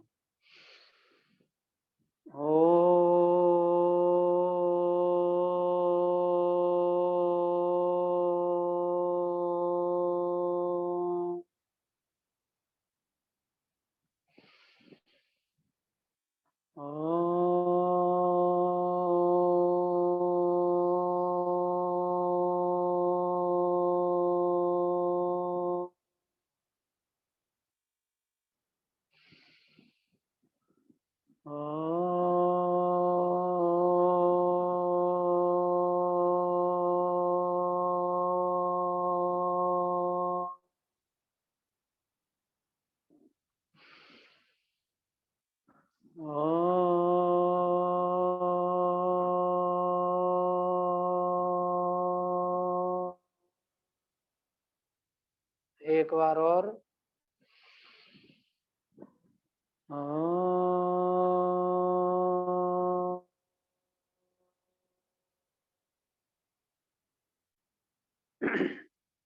आंखें बंद रहेंगी। प्रणव प्राणायाम। प्रणव प्राणायाम में केवल आती जाती हुई सांसों पर ध्यान। 1 मिनट के लिए मौन, 2 मिनट, 1 मिनट, जो हम आसानी से कर सकें। आंखें नहीं खोलना है और ये अनुभव करना है कि हमारी कैसे सांस आ रही है, कैसे जा रही है। ना लेने का प्रयास, ना छोड़ने का प्रयास। हम ईश्वरीय व्यवस्था को अनुभव करें। ईश्वर ने किस तरह हमारी ये सांस लेने की व्यवस्था को अपने हाथ में ले रखा है। अगर ये व्यवस्था हमारे हाथ में होती तो हो सकता है हम सांस लेना ही भूल जाते, क्योंकि हम बहुत सी चीजें भूल जाते हैं। तो आपको अनुभव करें कैसे सांस आ रही है, कैसे जा रही है। देह को देवालय बनाते हुए और पूरा ध्यान हमारे आज्ञा चक्र पर, मस्तिष्क पर। इसमें हम जब ध्यान में बैठते हैं 1-2 मिनट अवश्य ही ध्यान करना चाहिए। तो हमने दिन भर में क्या कार्य किए, ये भी हम क्या अच्छे कार्य किए, ये भी हम ध्यान कर सकते हैं। तो मन में आज और ईश्वर से ये प्रार्थना कर सकते हैं, ईश्वर जिस तरह मेरे द्वारा आपने कल मुझसे कुछ अच्छे कार्य करवाए, मुझे निमित्त बनाया, मैं सौभाग्यशाली हूँ। मुझसे मेरे द्वारा कुछ अच्छे कार्य संपन्न हो पाए आपकी कृपा से। इसी तरह मेरा दिन आज भी इसी तरह हो, तो मैं कुछ अच्छे कार्य जो समाज हित में, राष्ट्र हित में, विश्व कल्याण हेतु हों, ऐसे कार्य मेरे द्वारा जो मेरी योग्यता है उसके अनुसार, जो मेरी क्षमता है उसके अनुसार मुझसे संपन्न हो सकें। और अब हम दोनों हाथों को उठाएंगे, आंखें नहीं खोलेंगे अभी। आपस में दोनों हाथों को घर्षण करेंगे, रगड़ेंगे और गरम गरम हाथों को आंखों से लगाएंगे। तो फिर हाथों के बीच में हम धीरे धीरे आंखों को खोलेंगे।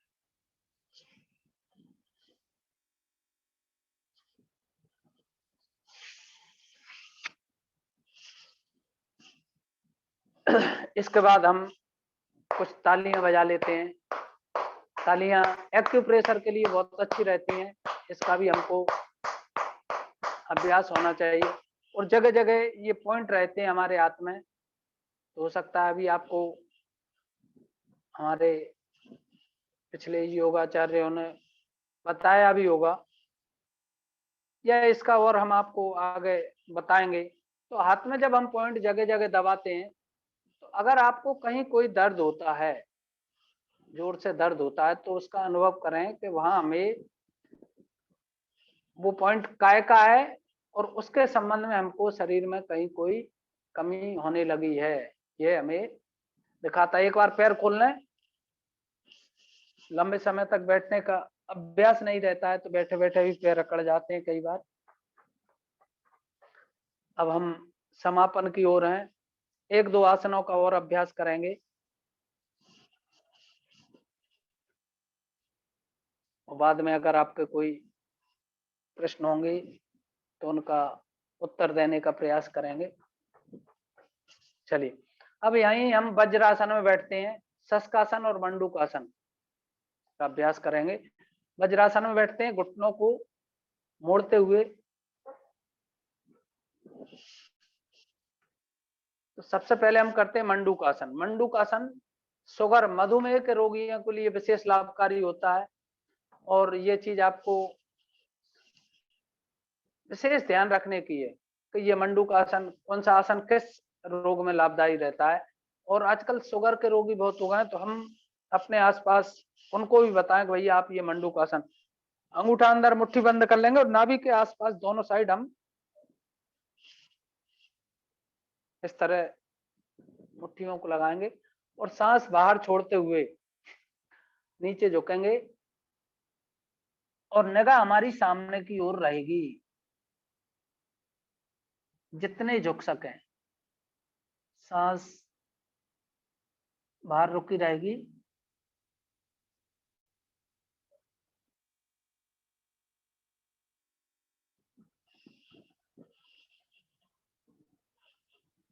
फिर से करें इसका अभ्यास।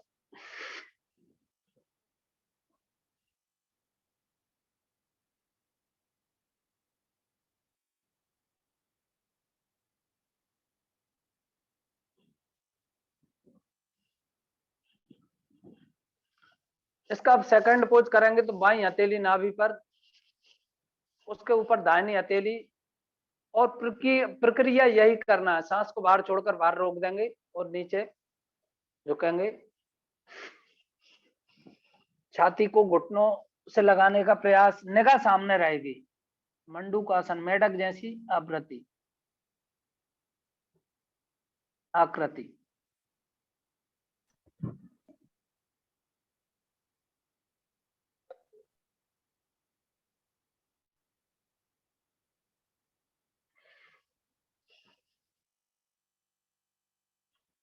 एक बार और इसका अभ्यास कर लें। आसन भी बहुत हैं, लेकिन हमको क्या क्या आवश्यक हैं,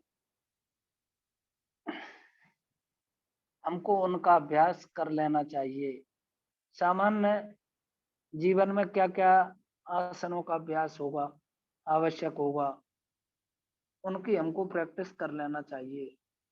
हम भी करेंगे और फिर हम दूसरों को भी बताएंगे। फिर शशकासन करते हैं, सांस बढ़ते हुए दोनों हाथ ऊपर और सांस छोड़ते हुए माथा जमीन पर, दोनों हाथ सामने जमीन पर।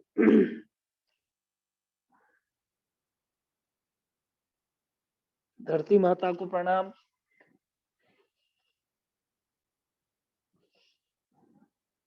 परम ईश्वर को प्रणाम, जिसने हमको यह मानव देह दी, हमें ये सौभाग्य दिया। तीसरा, एक बार और अपने अपने माता पिता को प्रणाम, उनकी कृपा से हम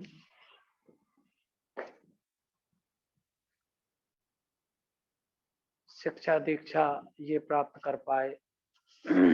चलिए, समय क्या हो गया है? समय हो गया है, तो अब हम वज्रासन में ही बैठ रहेंगे। सिंहनाद और हास्यासन के बाद इसका समापन करेंगे, और समापन के बाद इसका आप लोगों को कोई प्रश्न होंगे तो उसका उत्तर दे देंगे। तो पहले सिंहनाद करते हैं। सिंहनाद में वज्रासन में दोनों हाथों को जमीन से लगाते हुए जबान को बाहर निकाल कर शेर जैसा धाड़ते हैं।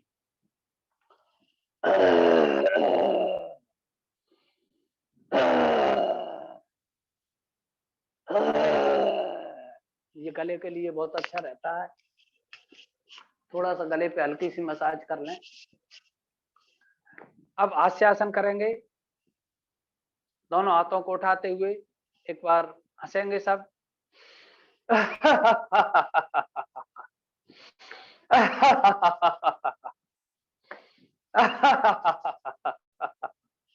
दिन भर आप इसी तरह हंसते मुस्कुराते रहें। इसी के साथ अब हम शांति पाठ करते हैं।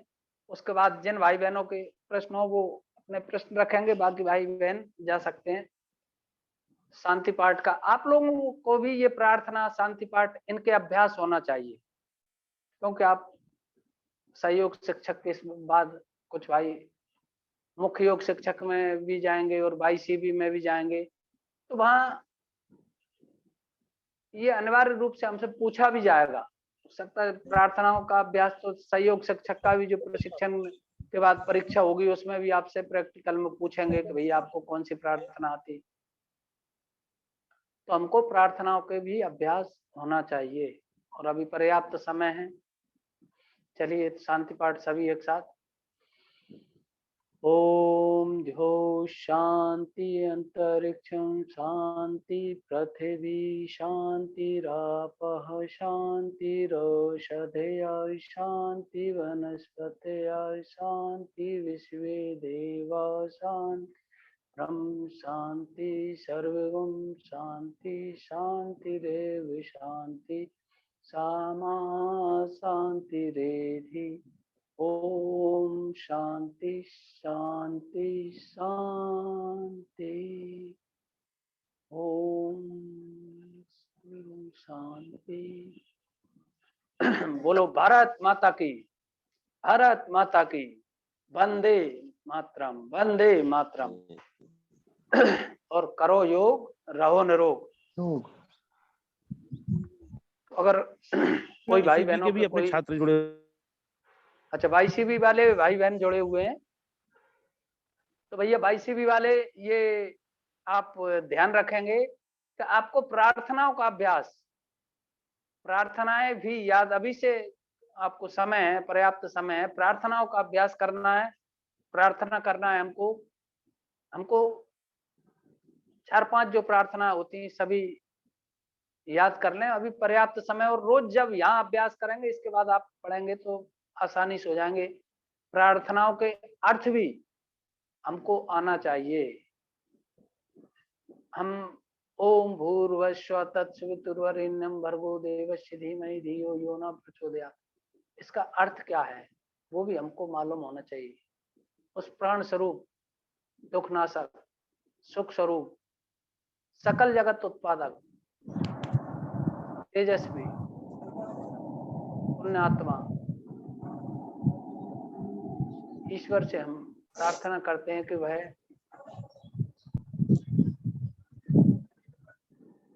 हमारी बुद्धि को अच्छे मार्ग की ओर, सद्मार्ग की ओर प्रेरित करे और हमारी आत्मा में लगी रहे। इसी तरह हमको ये इनके अभ्यास करते रहेंगे, आप प्रैक्टिस करते रहेंगे तो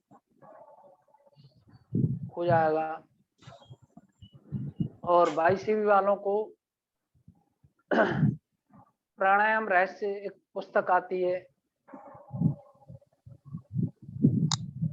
वो लेके उसमें कुछ सूत्र हैं। योग दर्शन है, योग दर्शन है जो महर्षि पतंजलि ने लिखी है।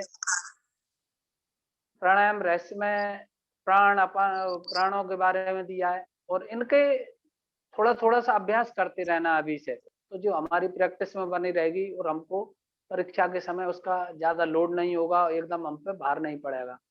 योग दर्शन के कुछ सूत्र हैं, महत्वपूर्ण सूत्र, वो आप उसमें याद कर लें। मैं आपको बता देता हूं कुछ।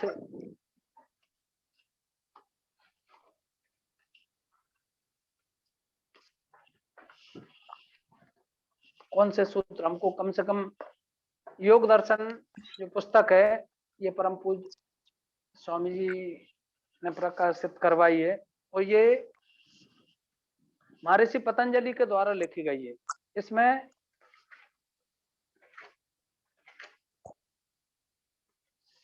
चार पाद हैं, मैंने चार इसको अध्याय मान सकते हो आप।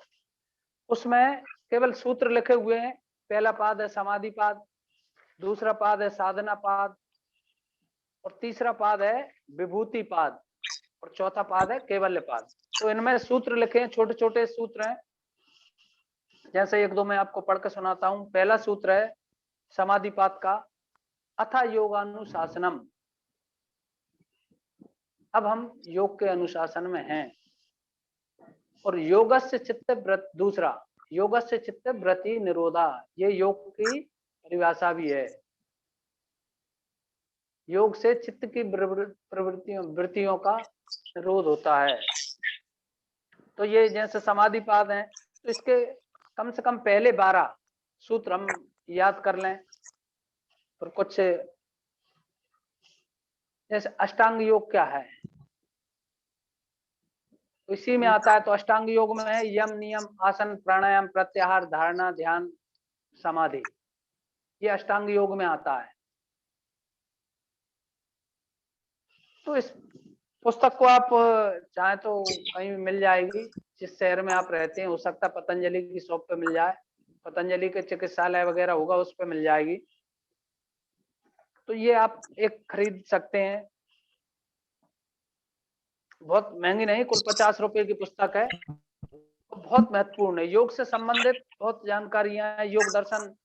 और इसका जब आप इसको पढ़ेंगे तो ये तो सूत्र इसमें दे रखे हैं, और सूत्रों के बाद में आगे अर्थ सहित भी दे रखा है, एक एक सूत्र और उसका शब्दार्थ, सूत्रार्थ और भावार्थ तीनों दे रखे हैं, और जिज्ञासा। तो ये इसके बारे में आप विस्तृत भी पूरी जानकारी आपको हो जाएगी।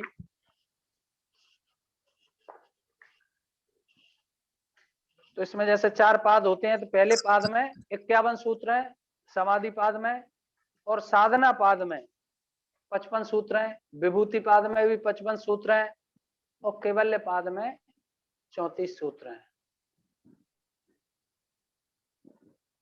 तो इनके बारे में अब हम थोड़ा थोड़ा सा अभ्यास रोज करेंगे। आप योग कक्षा में जैसे बैठते हैं तो योग का अभ्यास तो हम कर ही रहे हैं, योग का अभ्यास हम रोज करेंगे। और हो सकता है 22 भी वालों की हम योग कक्षा 1-2 दिन बाद शायद अलग करेंगे, क्योंकि उनके कुछ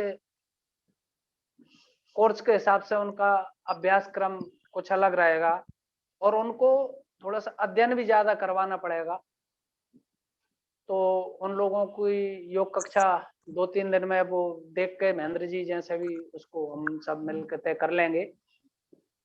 और उनका दोनों समय जो सत्र रहेगा, अध्ययन की तो सहयोग शिक्षक वालों को भी आवश्यकता है। अध्ययन तो सभी को करना है, क्योंकि केवल योग सुबह योग प्रैक्टिस की इससे ही कुछ नहीं होना। संध्याकालीन सत्र भी हम अटेंड करें, और उस चीज हमको जो बताया जाता है उन चीजों को हम लिख के अवश्य रखें, क्योंकि हम सब चीजें याद नहीं रख पाते। हमारी मानसिक कैपेसिटी इतनी नहीं रहती कि जो बोला जाए उसको हम 100% याद करके रख लें। आपने कभी अगर आस्था चैनल देखते हो तो परम पूज्य स्वामी जी महाराज को आप देखना, उनके पास में कहीं भी हो वो एक पेन और कॉपी निश्चित अपने साथ रखते हैं। आपने कई बार देखा, वो योग अभ्यास करवाते करवाते उनको कोई विशेष चीज याद आ जाती है, तुरंत उसको नोट कर लेते हैं। तो कब हमको कहाँ से कौन सी अच्छी प्रेरणा मिलती है, वो फिर वो हमारे चित्त से चली जाती है, ध्यान में नहीं रहती, तो उसको तुरंत लिख लेंगे तो वो हमें फिर हम जब उसको पलट के पेज को देखेंगे तो हमको याद आ जाएगी। तो इन चीजों का भी अभ्यास हम धीरे धीरे अब करेंगे। और YC लेवल 2-3 वालों को तो भाई बहनों को और भी गेरंड संहिता है, हठ योग प्रदीप का है, हठ रत्नावली है, विशिष्ट संहिता है, इनका भी अभ्यास उनको करवाया जाएगा। थोड़ा थोड़ा ही अभ्यास है, लेकिन इनके विषय में भी उनको बताया जाएगा, क्योंकि योग की जितनी विधाएं हैं, जिन जिन ऋषि मुनियों ने, महापुरुषों ने हमारे ने उनको लिखी हैं, योग कब से है, वो सब चीजों के बारे में भी हम, जब चूंकि योग से जुड़े हैं, तो ये सामान्य सी चीजें हमारे मस्तिष्क में हमें याद होना चाहिए, हमें पता होना चाहिए। तो सभी भाई बहनों को, अब आपके अगर कोई प्रश्न हो, 7:10 हो गए हैं, तो आप अपने प्रश्न पूछ सकते हैं। जहाँ तक संभव हुआ मैं प्रयास करूंगा उनके जवाब देने का। हेलो। हाँ जी। ओम जी, योगेंद्र जी, ओम धीरज गुप्ता बोल ओम रहा जी। हूँ खरगोन जिले से। जी जी जी, बोला गुप्ता जी। परिचित हैं अपन लोग, मैं पतंजलि में हाँ हूँ, हाँ पतंजलि भिक्षु। जी जी जी, मैं हाँ ये गुप्ता बोल जी रहा था जी कि ये जो आज से वाईसीबी वाला जो प्रशिक्षण शुरू होने वाला था 6 तारीख से, जी जी। हाँ, वो कब से होगा? नहीं वो प्रशिक्षण, वो तो आप इसी में प्रशिक्षण ही मान ले, वही प्रशिक्षण जी चालू हो गया है ये, है जी ना। जी जी जी ये भी है, ये सहयोग शिक्षक का भी चल रहा था।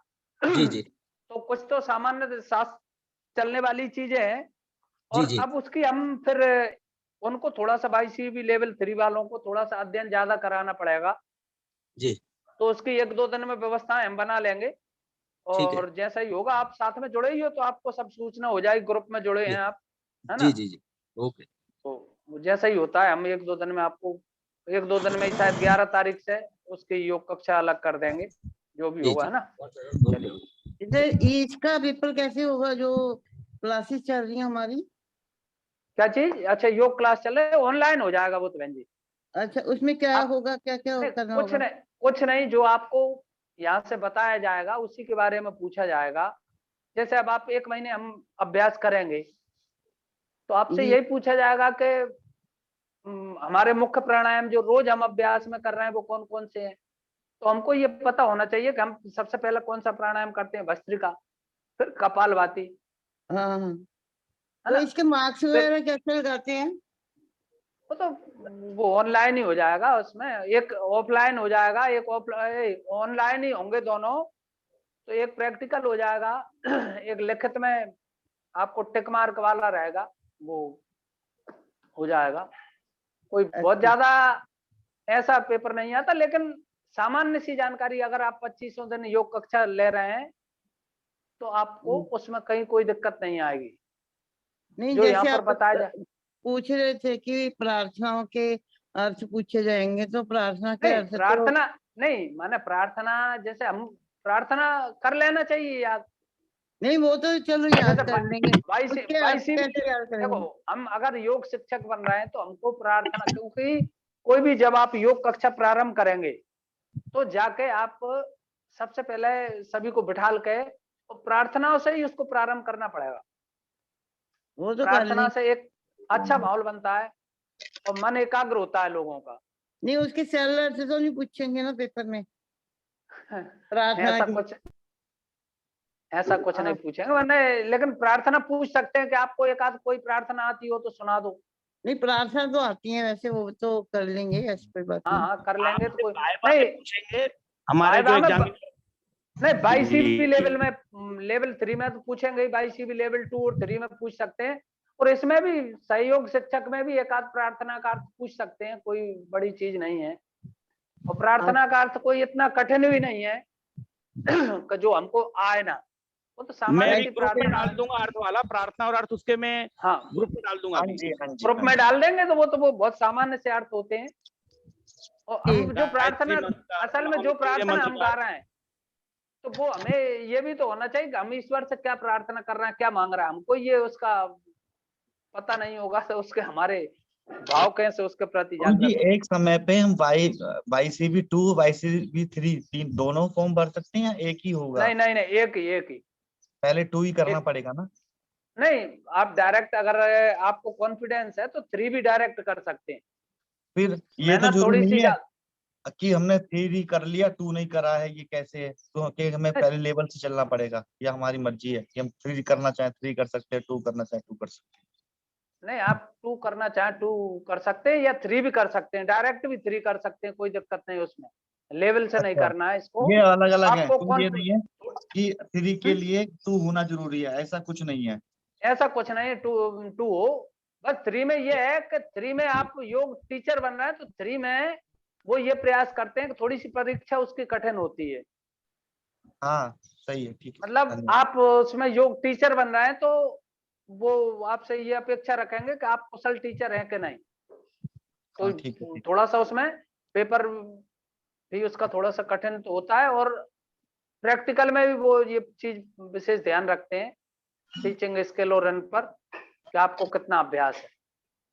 ये वो तो कोई गुरुजी, कंपलसरी नहीं है कि पहला हो दूसरा हो फिर तीसरा हो, आप डायरेक्ट भी तीसरा कर सकते हैं। गुरुजी अगर असफल हो जाते हैं किसी कारणवश, तो वो तो हाँ हमें दोबारा भी पेपर परीक्षा देने का वो मिलेगा हमें? हाँ, मिलेगा मिलेगा उसमें उसमें मिलेगा, उसमें 750 रुपए एक बार फीस और रजिस्ट्रेशन शुल्क वगैरह उनका कुछ रहता है, तो वो जमा अच्छा, करना पड़ेगी और आपको एक चांस और मिल जाएगा उसमें। फिर तो पहले ना सीधे सीधे लेवल हाँ, से ही करना चाहिए। नहीं एक नहीं, साथ लेवल से करने की आवश्यकता नहीं है, आप तो कॉन्फिडेंस के साथ करो। एक बार में जैसे समय लगा रहा है 1 महीना पर्याप्त होता है उसके लिए, कोई आप करोगे तो इतना। अच्छा, क्योंकि हम इसी को प्रयास कर ले पहले 25 दिन, ये इसमें यही वाली हमें सहयोग योगा। शिक्षक, हाँ पहले ये सहयोग शिक्षक कर लो, तो इसमें क्या है आपका, जब ये इतना पढ़ोगे ना तो आपका 22 भी लेवल 1 के बराबर तो इसका अभ्यास हो ही जाएगा, और अच्छा, ये उससे भी वैसे ज्यादा हो बनी है जाएगा। एक तरह से। हाँ मतलब कम से कम इतना अभ्यास इसमें भी कर देते हैं, करवा देते हैं।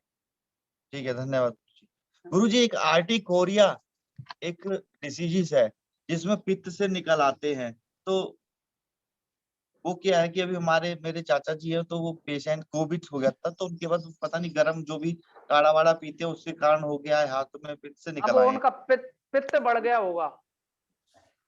तो उनको एसिडिटी गैस की प्रॉब्लम भी रहती है, तो क्या इसका उपाय है?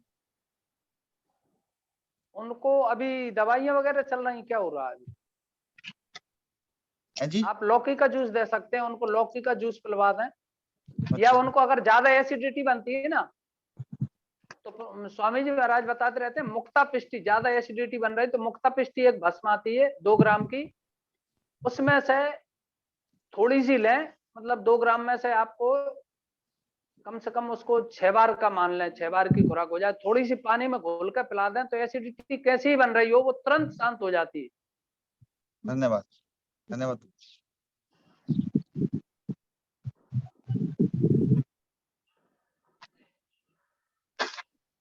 चलिए, और कोई अभी भाई बहनों कोई प्रश्न है? राज बहादुर पाल एमपी से। सर मेरा क्वेश्चन कि कपालभाति में 3 राउंड जो अपन करते हैं, तो इसका अर्थ बताएं थोड़ा, फर्स्ट सेकंड थर्ड। नहीं 3 राउंड ऐसा कुछ नहीं है। मुझे कपालभाति एक टाइम में हम कितनी बार कर सकते हैं, सांस कितने ले सकते हैं? लेना नहीं, कपालभाति प्राणायाम, देखो कपालभाति प्राणायाम में सांस लेना नहीं है, छोड़ना ही है केवल, मतलब मुख्य फोकस हमारा केवल मैक्सिमम की, जब आप पूर्ण स्वस्थ हो तो उसको स्पीड में भी कर सकते हैं, लेकिन हम जो सामान्य गति से करवाते हैं यहाँ पर 1 सेकंड में 1 स्ट्रोक, 1 सेकंड में 1 स्ट्रोक, 1 मिनट में लगभग 60, और कम से कम रोज 15 मिनट का अभ्यास इसका आवश्यक है, कम से कम 15 मिनट हमको 15 मिनट में कितने हो जाएंगे? 900 हो जाएंगे। हाँ 900,000 कर सकते हैं मतलब। हाँ नहीं, और करने तो जिनको गंभीर रोग होता है उनको स्वामी जी 1-1 घंटे कपालभाति प्राणायाम करवा देते हैं। अच्छा, इसका नुकसान नहीं है ज्यादा करने का? हाँ, नुकसान नहीं है ज्यादा करने का, अकेला ये है कि जिनको जैसे कोई ऑपरेशन वगैरह हुआ हो, पेट वेट का ऑपरेशन, तो उनको कम से कम 6 महीने इसको उससे बचना चाहिए। पेट वो इसका जिसका पेट बढ़ा है उसको भी ज्यादा करने से फायदा उसको होगा? तो ज्यादा करना ही चाहिए। उसको मोटापे के जो पैकेज करवाते हैं उसमें मोटापे वाले उसमें बताते हैं कि इसको 1-1 घंटे भी इसका अभ्यास कर सकते हैं। जिनसे आसन नहीं होते वो कपालभाति कर रहे हैं तो पेट में फर्क पड़ेगा? हाँ बिल्कुल पड़ेगा। धन्यवाद। ओम गुरुजी। जी ओम। जी ये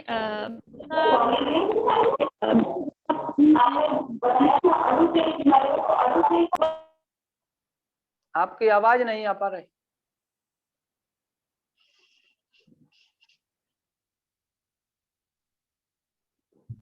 फिर से प्रश्न पूछिए। हाँ पूछें आप।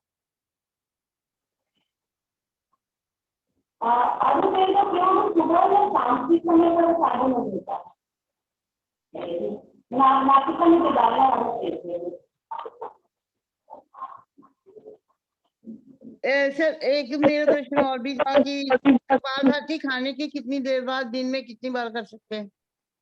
कपालभाति प्राणायाम खाने से कम 4 घंटे बाद करें, 4 से 5 दिन में घंटे 3 बाद। बार कर सकते हैं? नहीं, दिन में 2 बार ही करें, सुबह और शाम को। 3 बार कहाँ करोगे? फिर तो वो खाने में फिर 4-5 घंटे का गैप कैसे हो पाएगा? नहीं वो खाना पीना तो फिर दूध वगैरह फ्रूट होएगा, फिर नहीं तो रोटी अब ऐसा थोड़ी है कि हम दिन भर फिर कपालभाति करते रहेंगे। सुबह शाम दोनों टाइम करें ना आप इसका अभ्यास। ठीक है। दोनों टाइम पर्याप्त रहेगा। आप समय बढ़ा दें, उसमें विशेष आपको लाभ मिलेगा।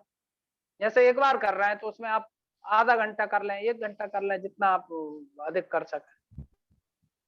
धीरे धीरे समय बढ़ा दें, जैसे आप कर रहे हैं, फिर 10 मिनट करते हैं, फिर 15 मिनट, हाँ, 20 मिनट, आधा धीरे घंटा, 1 धीरे घंटा, उसका अभ्यास जब प्रैक्टिस में आ जाएगा तो आप उसका अभ्यास का समय बढ़ाते रहें। कम नहीं बढ़ाना बहन जी, आपको धीरे धीरे बढ़ाना है समय।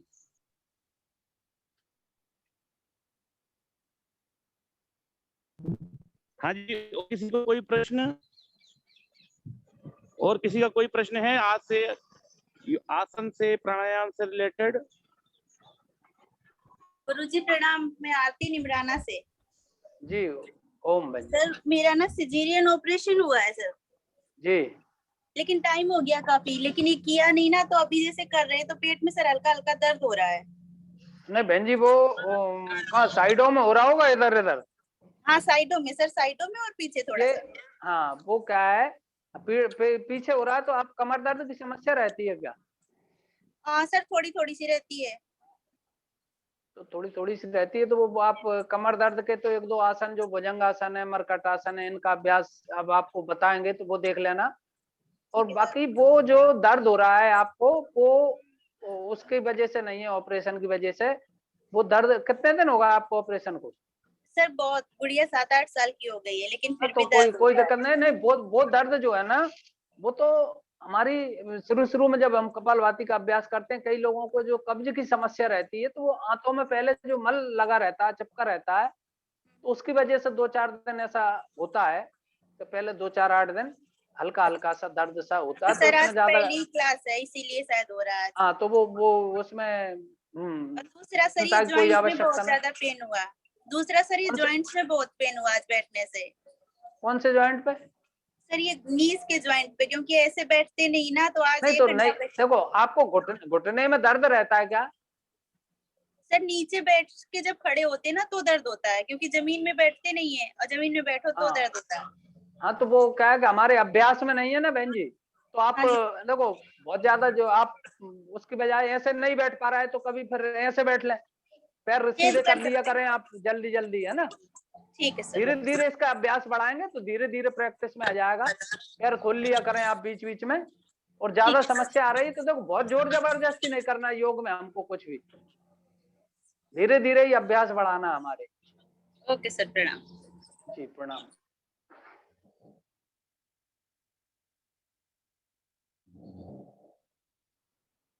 मुझे लगता है तिवारी जी अब सभी के हो गए प्रश्न आज के, और जिनका भी ICB का है तो ये कॉमन प्रोटोकॉल है, तो अभ्यास हो रहा है, ये ICB वालों को भी लागू होता है।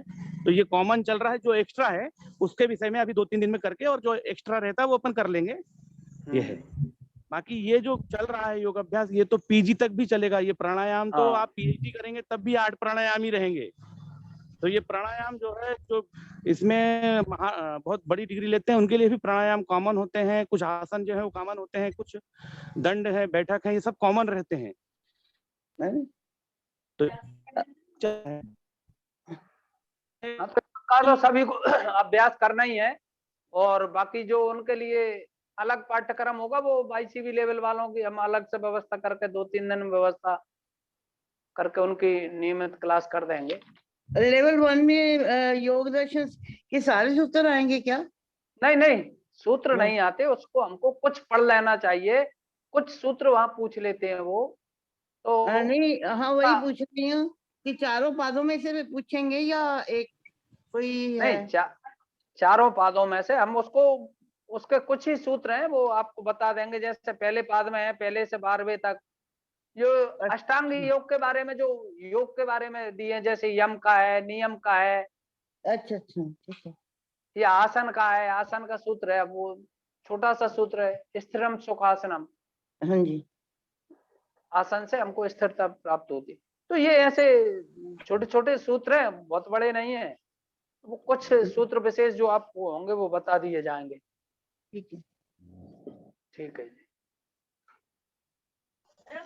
जब आप उसमें पार्ट लेंगे तो आपको वो सब अलग क्लियर कर दिया जाएगा। उसके जो थ्योरेटिकल पार्ट होगा तो आपको पूर्ण जानकारी दे दी जाएगी, तो कोई चिंता ना करें। वाईसीबी वालों की भी अलग से थ्योरी क्लास होगी, तो उसमें पूर्ण जानकारी दी जाएगी। धन्यवाद भ्राता जी। अब हम क्लास की समापन करते हैं। समापन करते हैं जी। सभी भाई बहनों को ओम शांति पाठ हम कर चुके हैं जी जी जी जी। कल फिर मिलेंगे शाम की सत्र में, सभी जुड़ेंगे शाम की कक्षा में।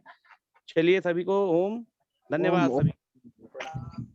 ओम ओम ओम ओम सभी को ओम ओम ओम।